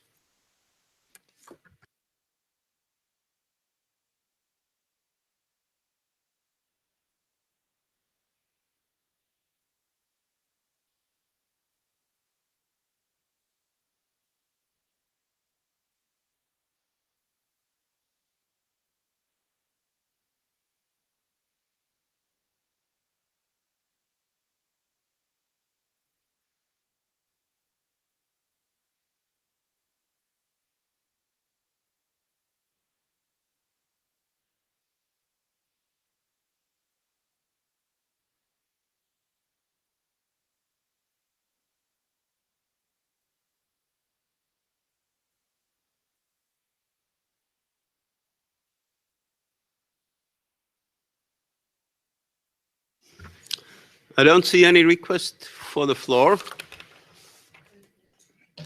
Britta? Yes, thank you. As you well said, we sent some ideas from our last teleconference. But before I get into that, I wanted to just highlight some issues that I have questions about.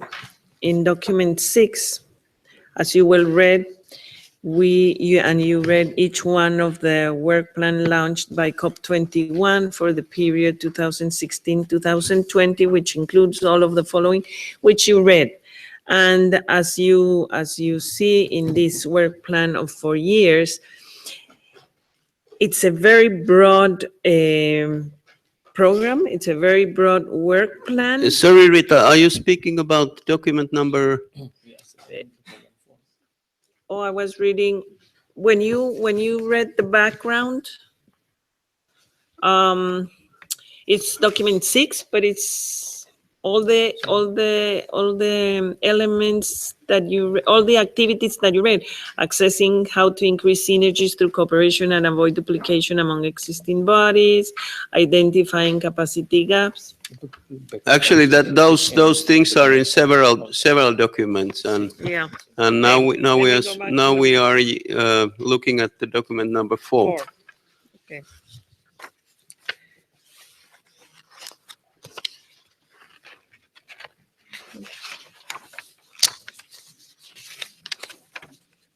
Yes. Okay, well, it's the same information. Yes, it's the same information. Yes, it's the same information. So it's document 4. And we have the mandate that we have to annually focus on one area or theme related to these issues. My question the question in my mind is, when I see all these activities coming from COP21, and I see the annual activities, and the Secretariat did a great effort, and I thank the Secretariat for the effort in which they show these circles of how it would work. I don't know if everybody has them in their document. The question in my mind is, how are we going to approach all of these activities in 4 years, and then in the annual approach, it tries to manage the elements, the pillars, the substantive pillars, but it still does not cover all of the activities of the 4-year work plan. So I wanted to understand more about that. Maybe it's a question for the secretary, how they saw it when they planned and presented us these activities of the pillars. That is my question. Thank you. Thank you, Rita. Secretary, would you like to? Alejandro? Thank you, Co-Chair. I'll try my best to explain the idea in terms of first what we call the pillars. If you again look using the diagram as a basis, what we call the first pillar is those list of activities in the capacity building work plan from 2016 to 2020 as agreed by decision 1 CP21. And including the outcomes of the third review of the capacity building framework. So as Rita mentioned, that's the substantive elements of that pillar. And the second pillar is the annual focus area theme that changes every year. So as Rita mentioned, one possibility is to look at the activities in the capacity building work plan, considering the outcomes of the third review,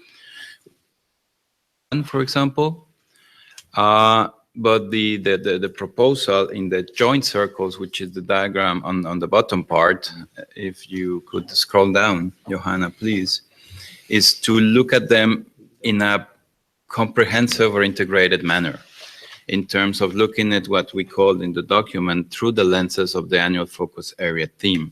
For example, if for this year the focus area theme is on this capacity building for in this implementation, so what we try to reflect in the document is, for example, that the activities in the work plan could be looked at from the perspective of the capacity, the NDC implementation. So if you look at Annex 1 in that document, 7. Sorry to flip you back to documents, but as Matti mentioned, these documents are a bit interlinked. So what we're proposing in document PCCB 1.7, Annex 1, is how could that look like? In terms, for example, we have in the first column, and Johanna will show that table soon, is the work plan activity as per the COP decision, the related outcomes of the third comprehensive review that have to be looked into, taken into account, and what would be the approach using this joint pillar idea. So, for example, assessing how to increase synergies through cooperation. So we try to group what are the related outcomes of the third comprehensive review with the work plan activity and the possible approach. So it would be in the context of the focus area theme for 2017. So it would be the identification of activities by existing bodies under the convention that implements capacity building activities for the implementation of NDCs with a view to assess how to increase synergies through cooperation and avoid duplication in the context of NDC implementation, which is the focus area for 2017. So that's the concept. As you mentioned, there might be activities that might not fit perfectly with the focus area team for any given year, and then that's something for the committee to look. And that's why going back to this agenda item is the consideration by the PCCB of how to structure its work plan and potentially sequence it in terms of what could be the activities that the PCCB could address every single year or in different years, and potentially looking at from the lens or the optics from the focus area or theme. So that's a bit the explanation, but happy to answer any further questions just to explain a bit better the proposal from the Secretariat on how to address this work plan. And they understand that the PCCB has the mandate to manage and oversee this capacity building work plan. So the activities of the work plan are defined, but also has to look at the outcomes of the third comprehensive review. And some of the outcomes, for example, of the third comprehensive review, for example, that have to do with for example, gender, also could be looked at from the perspective of the focus area and thematic discussion. So I will stop there, Matti, but if there are further clarifications, maybe I'm happy to. Mr. Kuzer, yeah, can I? Yeah, I have a concern about the approach to the implementation. This approach can show the document number 4, approach to the implementation, that following the 2 substantive pillar. Pillar 1 is work plan and pillar 2 is annual focus.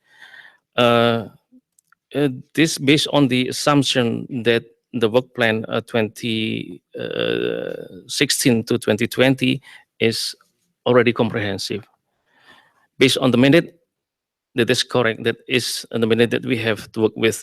But we need to elaborate or to formulate the approach to the implementation, become a comprehensive way as written in paragraph 2.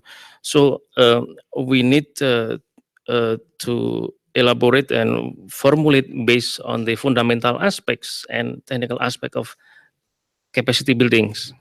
So I think that this issue can start tomorrow with a workshop to collect the fundamental aspect and technical aspect of capacity building to enrich this approach of implementation, to ensure that the implementation is in a comprehensive way, because this is only based on a 5 years work plan.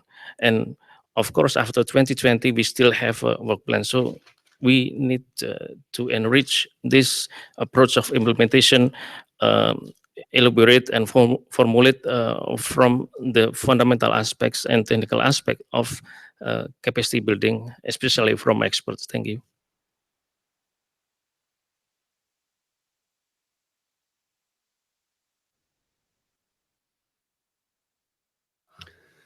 Yes, certainly we have a tremendous task, and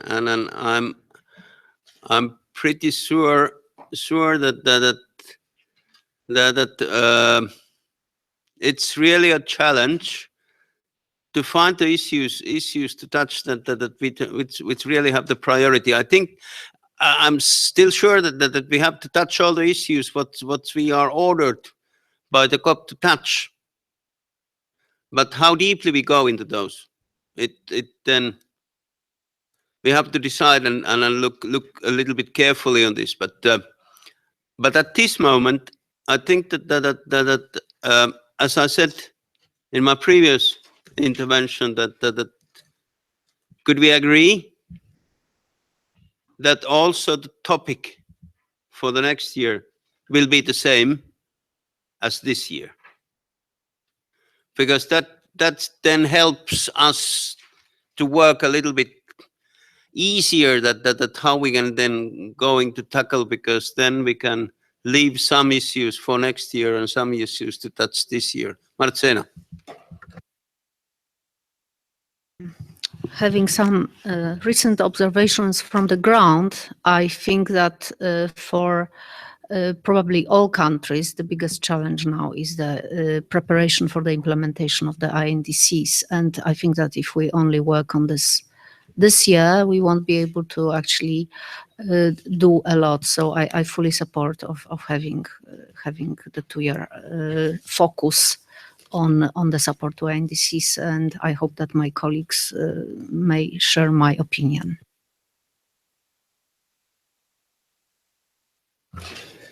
Thank you, Marjana. Richard? Thank you, Chair. I just wanted to share my views on this issue and the proposal to maintain the theme for next year as a result of what we have observed in this particular, in the consideration of our annual work plan.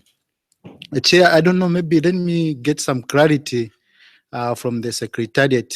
I know very well that there was a decision which was passed that this particular committee shall decide on an annual theme, on annual basis.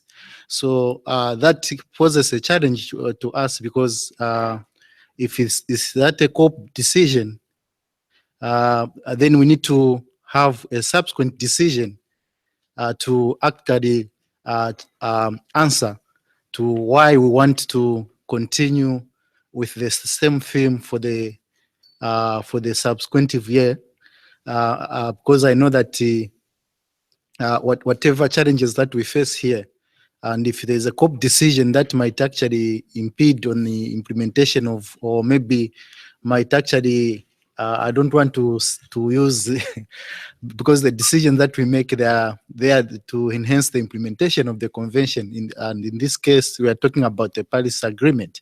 So the Secretariat just clarified to us in terms of the legal implication when we have a COP decision, and what will be the process for us to actually go about it in terms of this, because the committee is mandated by the COP to have an annual theme in any given year. So now that there is this discussion, what is the implication when it comes to the COP decision? Just some credit on that one. Thanks, Richard. Before I give the floor to the Secretariat, and may I ask you that are you favor for having the same team, or?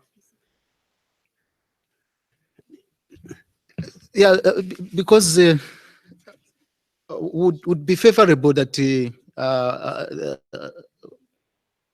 agreement that we actually continue the same thing, but taking into consideration the issues that I've raised, because they are very pertinent. And again, this particular committee might request for another COP decision to actually have what we want to actually further in our work. Crispin disappeared. Do you want to listen to Secretariat first, or do you want to have your intervention first?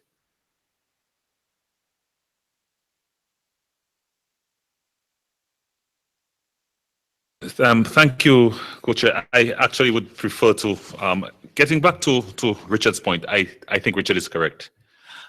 What I think we need to do in a case like this, if in its deliberations the committee is of the view that there is value in continuing on that theme, it can propose it and then ratify that decision.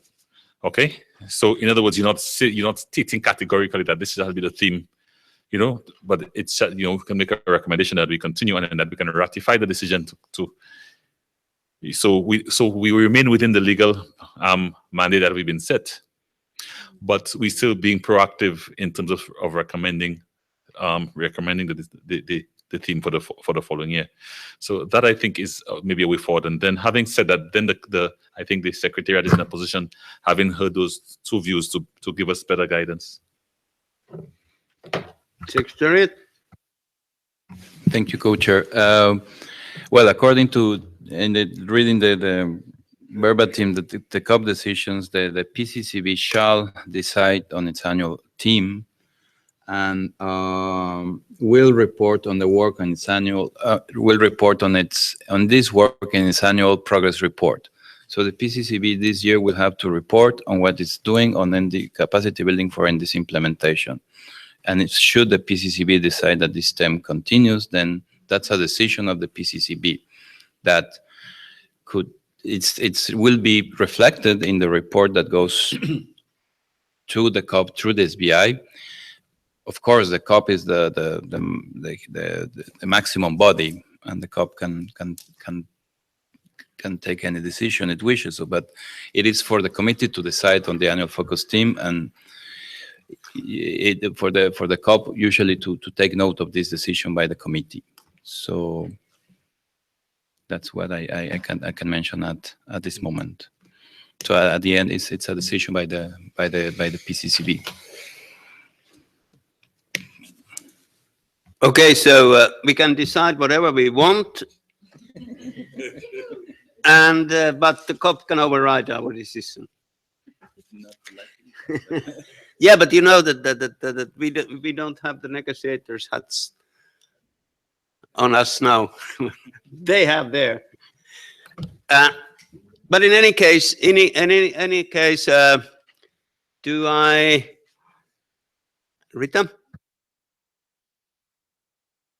Well, as we spoke about this in our last teleconference, we didn't have consensus, but we did agree for the ones that were present that it was important to maintain this issue for the following year, due to the fact that we only have 2 meetings, and how much can we do in 2 meetings aside from the opportunities to meet virtually somewhere along the line.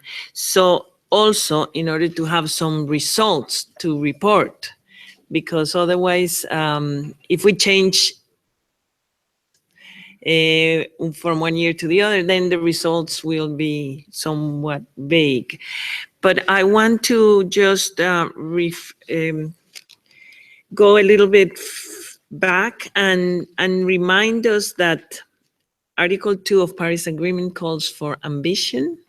And in order to be able to achieve the long-term goal ambition, I think we are in the right track of concentrating ourselves in the implementation of NDCs.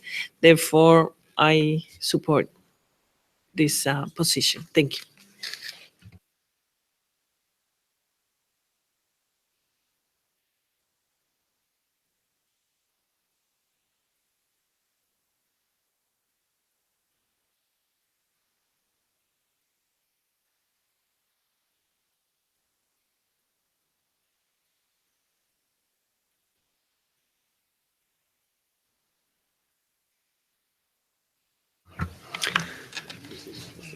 Yes, Secretariat is always wiser than co-chairs.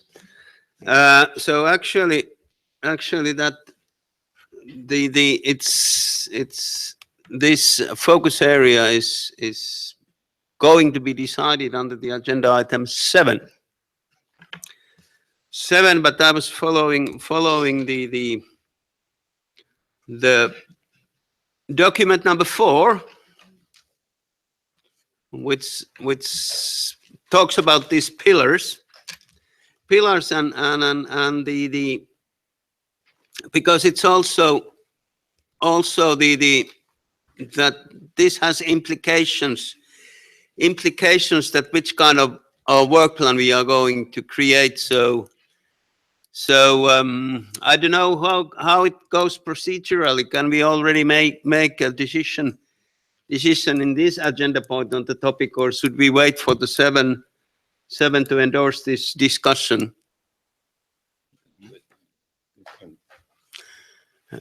Okay, my co-chair and secretariat convinced that we can decide it here, and then we can talk that which kind of work plan we are going to create.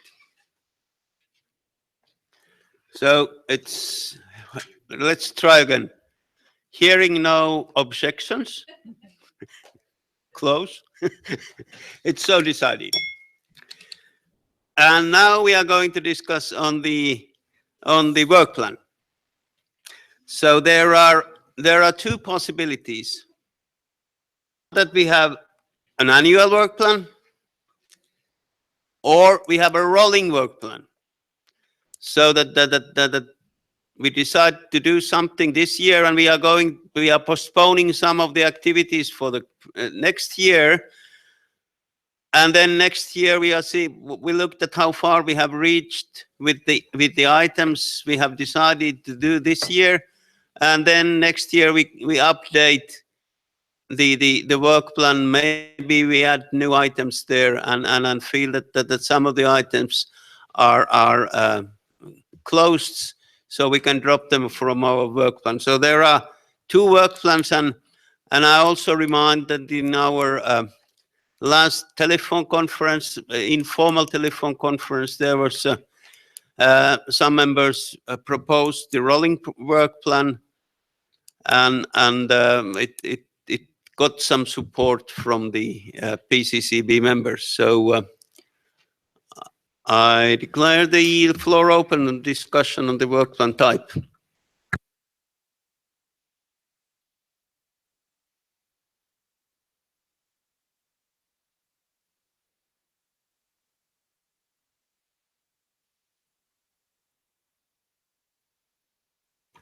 I see no requests for the floor, so I understand that we could then endorse what we discussed.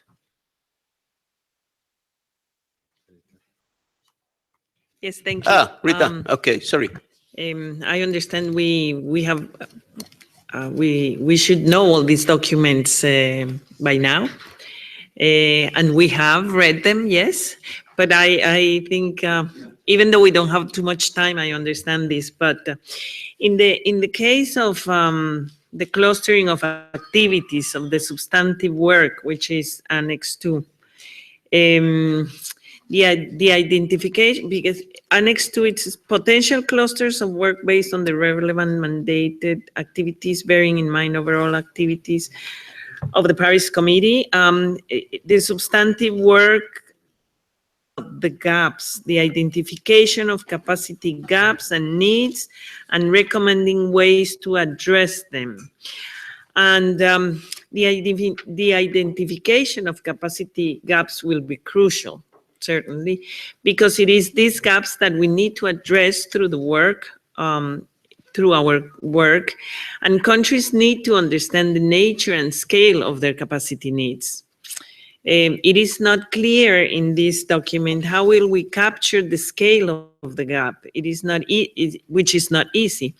However, it is necessary because otherwise we will not know if the work we are doing is sufficient to be on track to achieve all of the agreement, that is to say, the ambition. Therefore, it is important that the work recognizes that there will be an important effort required within countries to establish what is needed. For this, an idea that came up in yesterday's conversation at the Durban Forum was that of capacity building achieved not as a sequence of projects, but as something integrated into country development plans, particularly to ensure capabilities remain in countries. This is one of the greatest challenges of capacity building in our countries. Thank you. Thank you, Rita, and I really appreciate that you bring in the discussions what we had yesterday in the Durban Forum, because it's important that this committee and the Durban Forum go hand in hand, and this committee gets good feeds from the Durban Forum. Thank you for that. Any other interventions? Renil? Thank you, Co-Facilitator. By the identification of capacity gaps and needs and the recommending way to address them, I would like to suggest the capacity building needs assessment or updated, either it is in some countries, so that we may, if possible, to address this item in the assessment as a driven, how we can, the PCCB can help to to look at gaps and need assessments in a global manner, as we have in some countries capacity building needs identification, but it was not in a global manner, is in a national communication, for example, or bureau, but not in a global manner and by the country driven. So that is the basis of, I think, to reach the goal of the climate change. Thank you. Thank you, Renil. So before going into the details of the content of the work plan, that I can say that the Secretariat has prepared a template how it would look like. So let's look at after the lunch, because we have to now get a short demonstration on the capacity building work plan before we break for the lunch. So Marcena, sorry. Okay, thank you very much. I agree that we should start from something, and we need to have a bird's eye view, because there are dedicated bodies and agencies which are devoting their capacity building work to certain themes. For example, someone we know who is working on technology transfer capacity building, and someone else we know who is working on financial absorption capacity building. And I think that for the bird's eye view, first thing which we have to look at and analyze are the reports of the Secretariat from the reviews of the capacity building framework for developing countries and for economies in transition, which are fresh documents. Plus we have the portal, and the portal is my hope, the portal for capacity building, because the challenge that I think also rests with us is to ensure that this portal will be complete, so that it is somehow made very popular, so that people actually bring their capacity building initiatives and projects to the Secretariat to be put in the portal. Because I'm not very technical, so I always stay clear of how it works, but I think I could somehow get to know how to operate this. But from such tools, we will have the knowledge of what is there, and then it will be easier for us to look at what is needed, and we arrive at the gaps. So I don't think that we are in a very bad position, because we are actually starting from a very good starting point, and the key now is how we will divide work between ourselves, because obviously it doesn't make sense for 12 people to work as a tandem on one topic, and perhaps we can later discuss that after, as you say, the break. So thank you very much for giving me the floor. Thank you, Marcena. And sorry, we have to now. Yang Chang. Thank you, Marty. And first, congratulations to you and Mohammed for the chair. Thank you for your guidance. And I also want to thank you to the secretary team. They prepared very detailed and helpful documents for us. Yes, as we all know, that capacity building is a cross-cutting issue. It's related a bunch of things together. And right now, if we go to the list, right now we have ABC, and the most crucial things is how to deal with the work plan together, or it will be overseen by the PCCB. And also the good news, we have some tools like demand forum and the capacity portal. Those output from this things could help us to have clue how to do the work.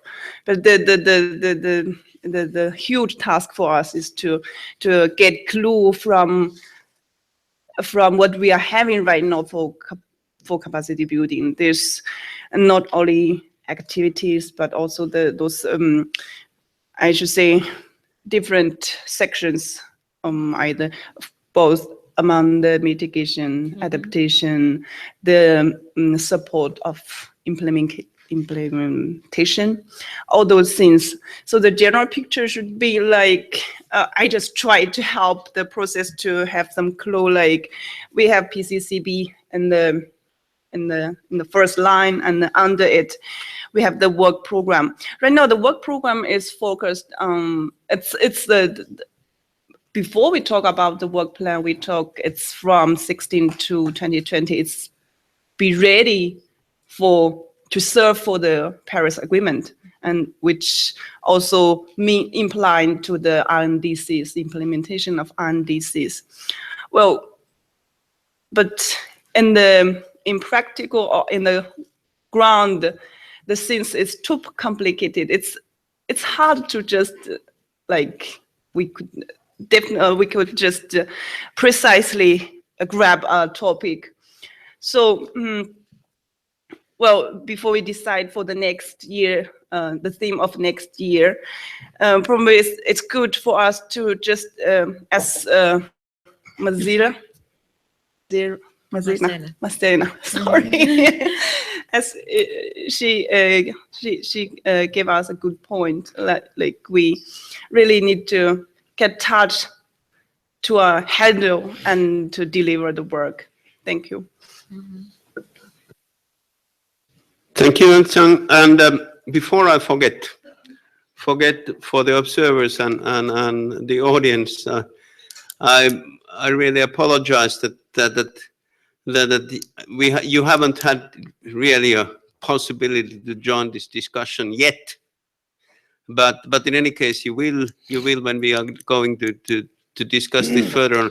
And I understand that some people in the audience feel a little bit shy that you are also to welcome to introduce your ideas just electronically or on paper to us. So for the PCCB to consider if you feel that not standing up. So now, before we break for the lunch, Lynn from the Secretariat has promised to tell us about the capacity building portal. So Lynn, please.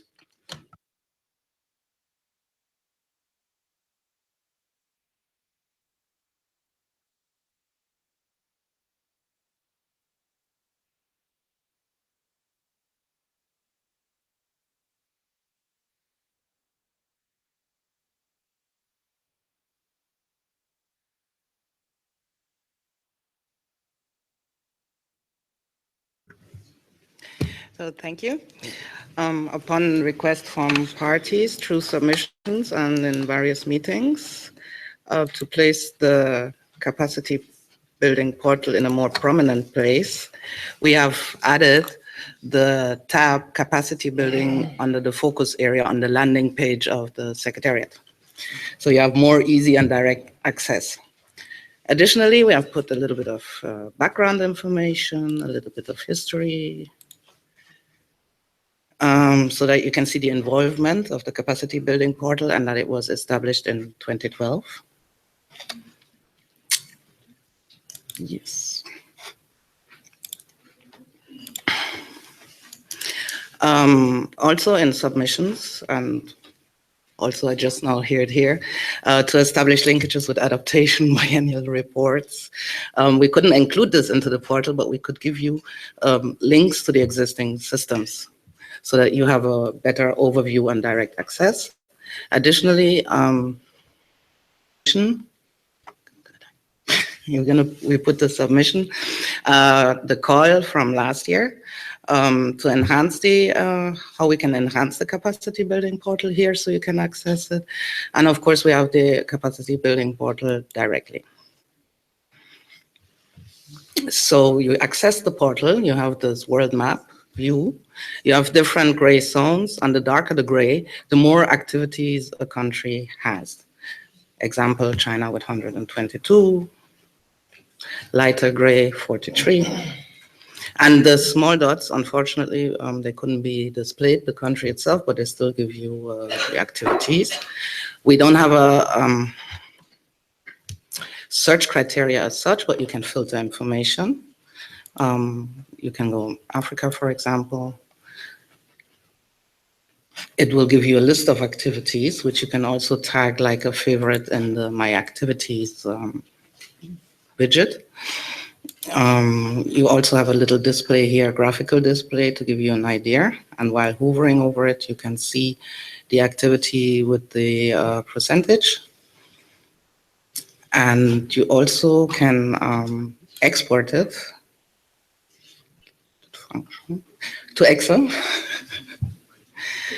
So yeah, it works. Okay.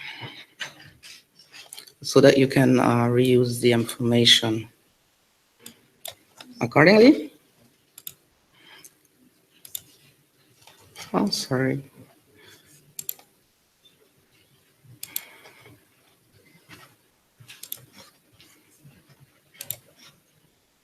I close it. And you have the possibility not only to sort by region, you can also choose the priority area depending what you would like to see. You have here a total of 3,249 activities in the catalog. So you have an idea how much information we have. And you can submit to the Secretariat. If you do not have a login already, you request it. You request the login from the Secretariat will send you the login. Or you log in directly, you will have an Excel file with fields that will open for you. And you can fill it, you can upload it, or there is a form which you can directly then enter into the portal. So it displays the information accordingly then. And then you have from since COP 22 from 2016, there's an information note that went out asking organizations to submit information accordingly in a more formal way. Before it was a little bit more informal, requesting and recommending organizations to submit. This is more or less it. A brief and short overview. If you have questions. Yes.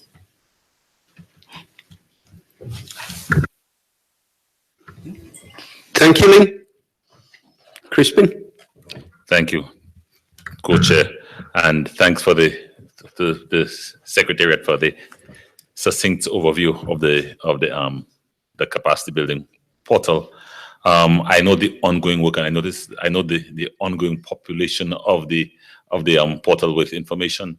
One of the recommendations I would like to make for for further development of the portal, and perhaps it's widening and taking a note, for example, from what has been done with technology, for example, is that so far the portal remains basically a repository of information.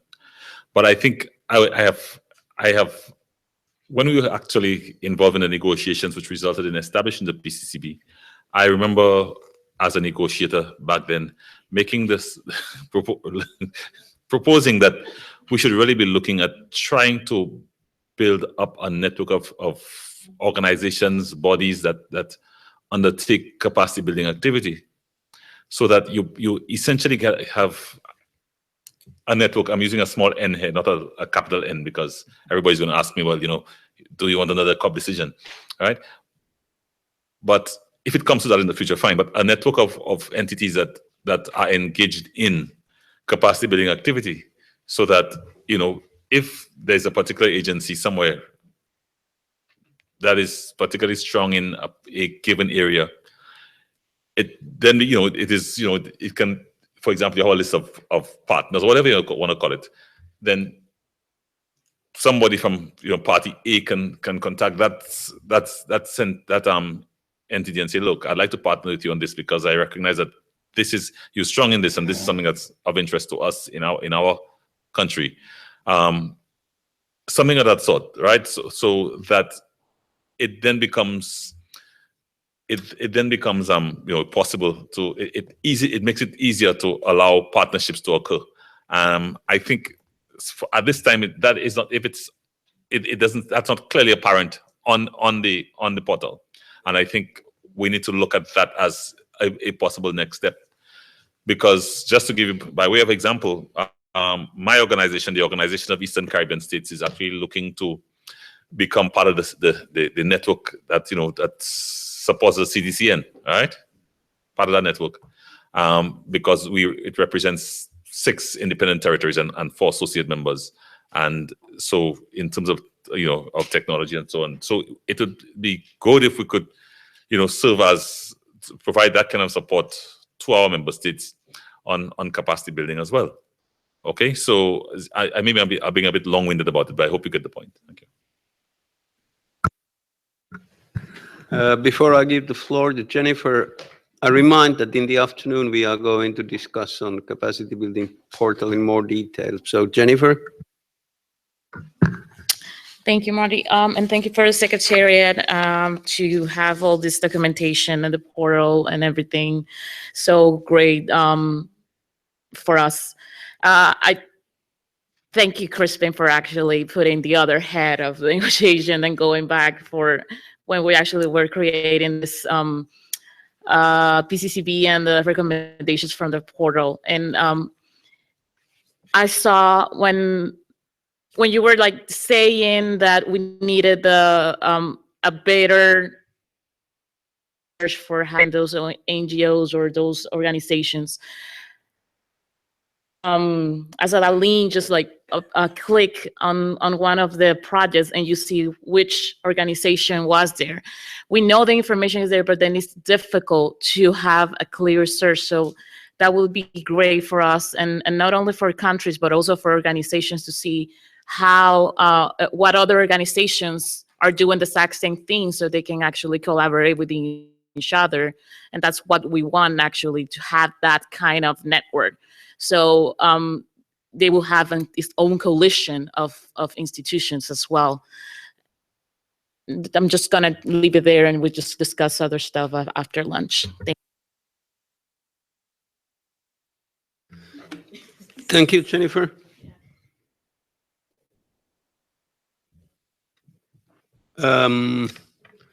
It's now 1:02, and I understand that now we have a little bit appetite for a lunch. So for a lunch, and we will return here at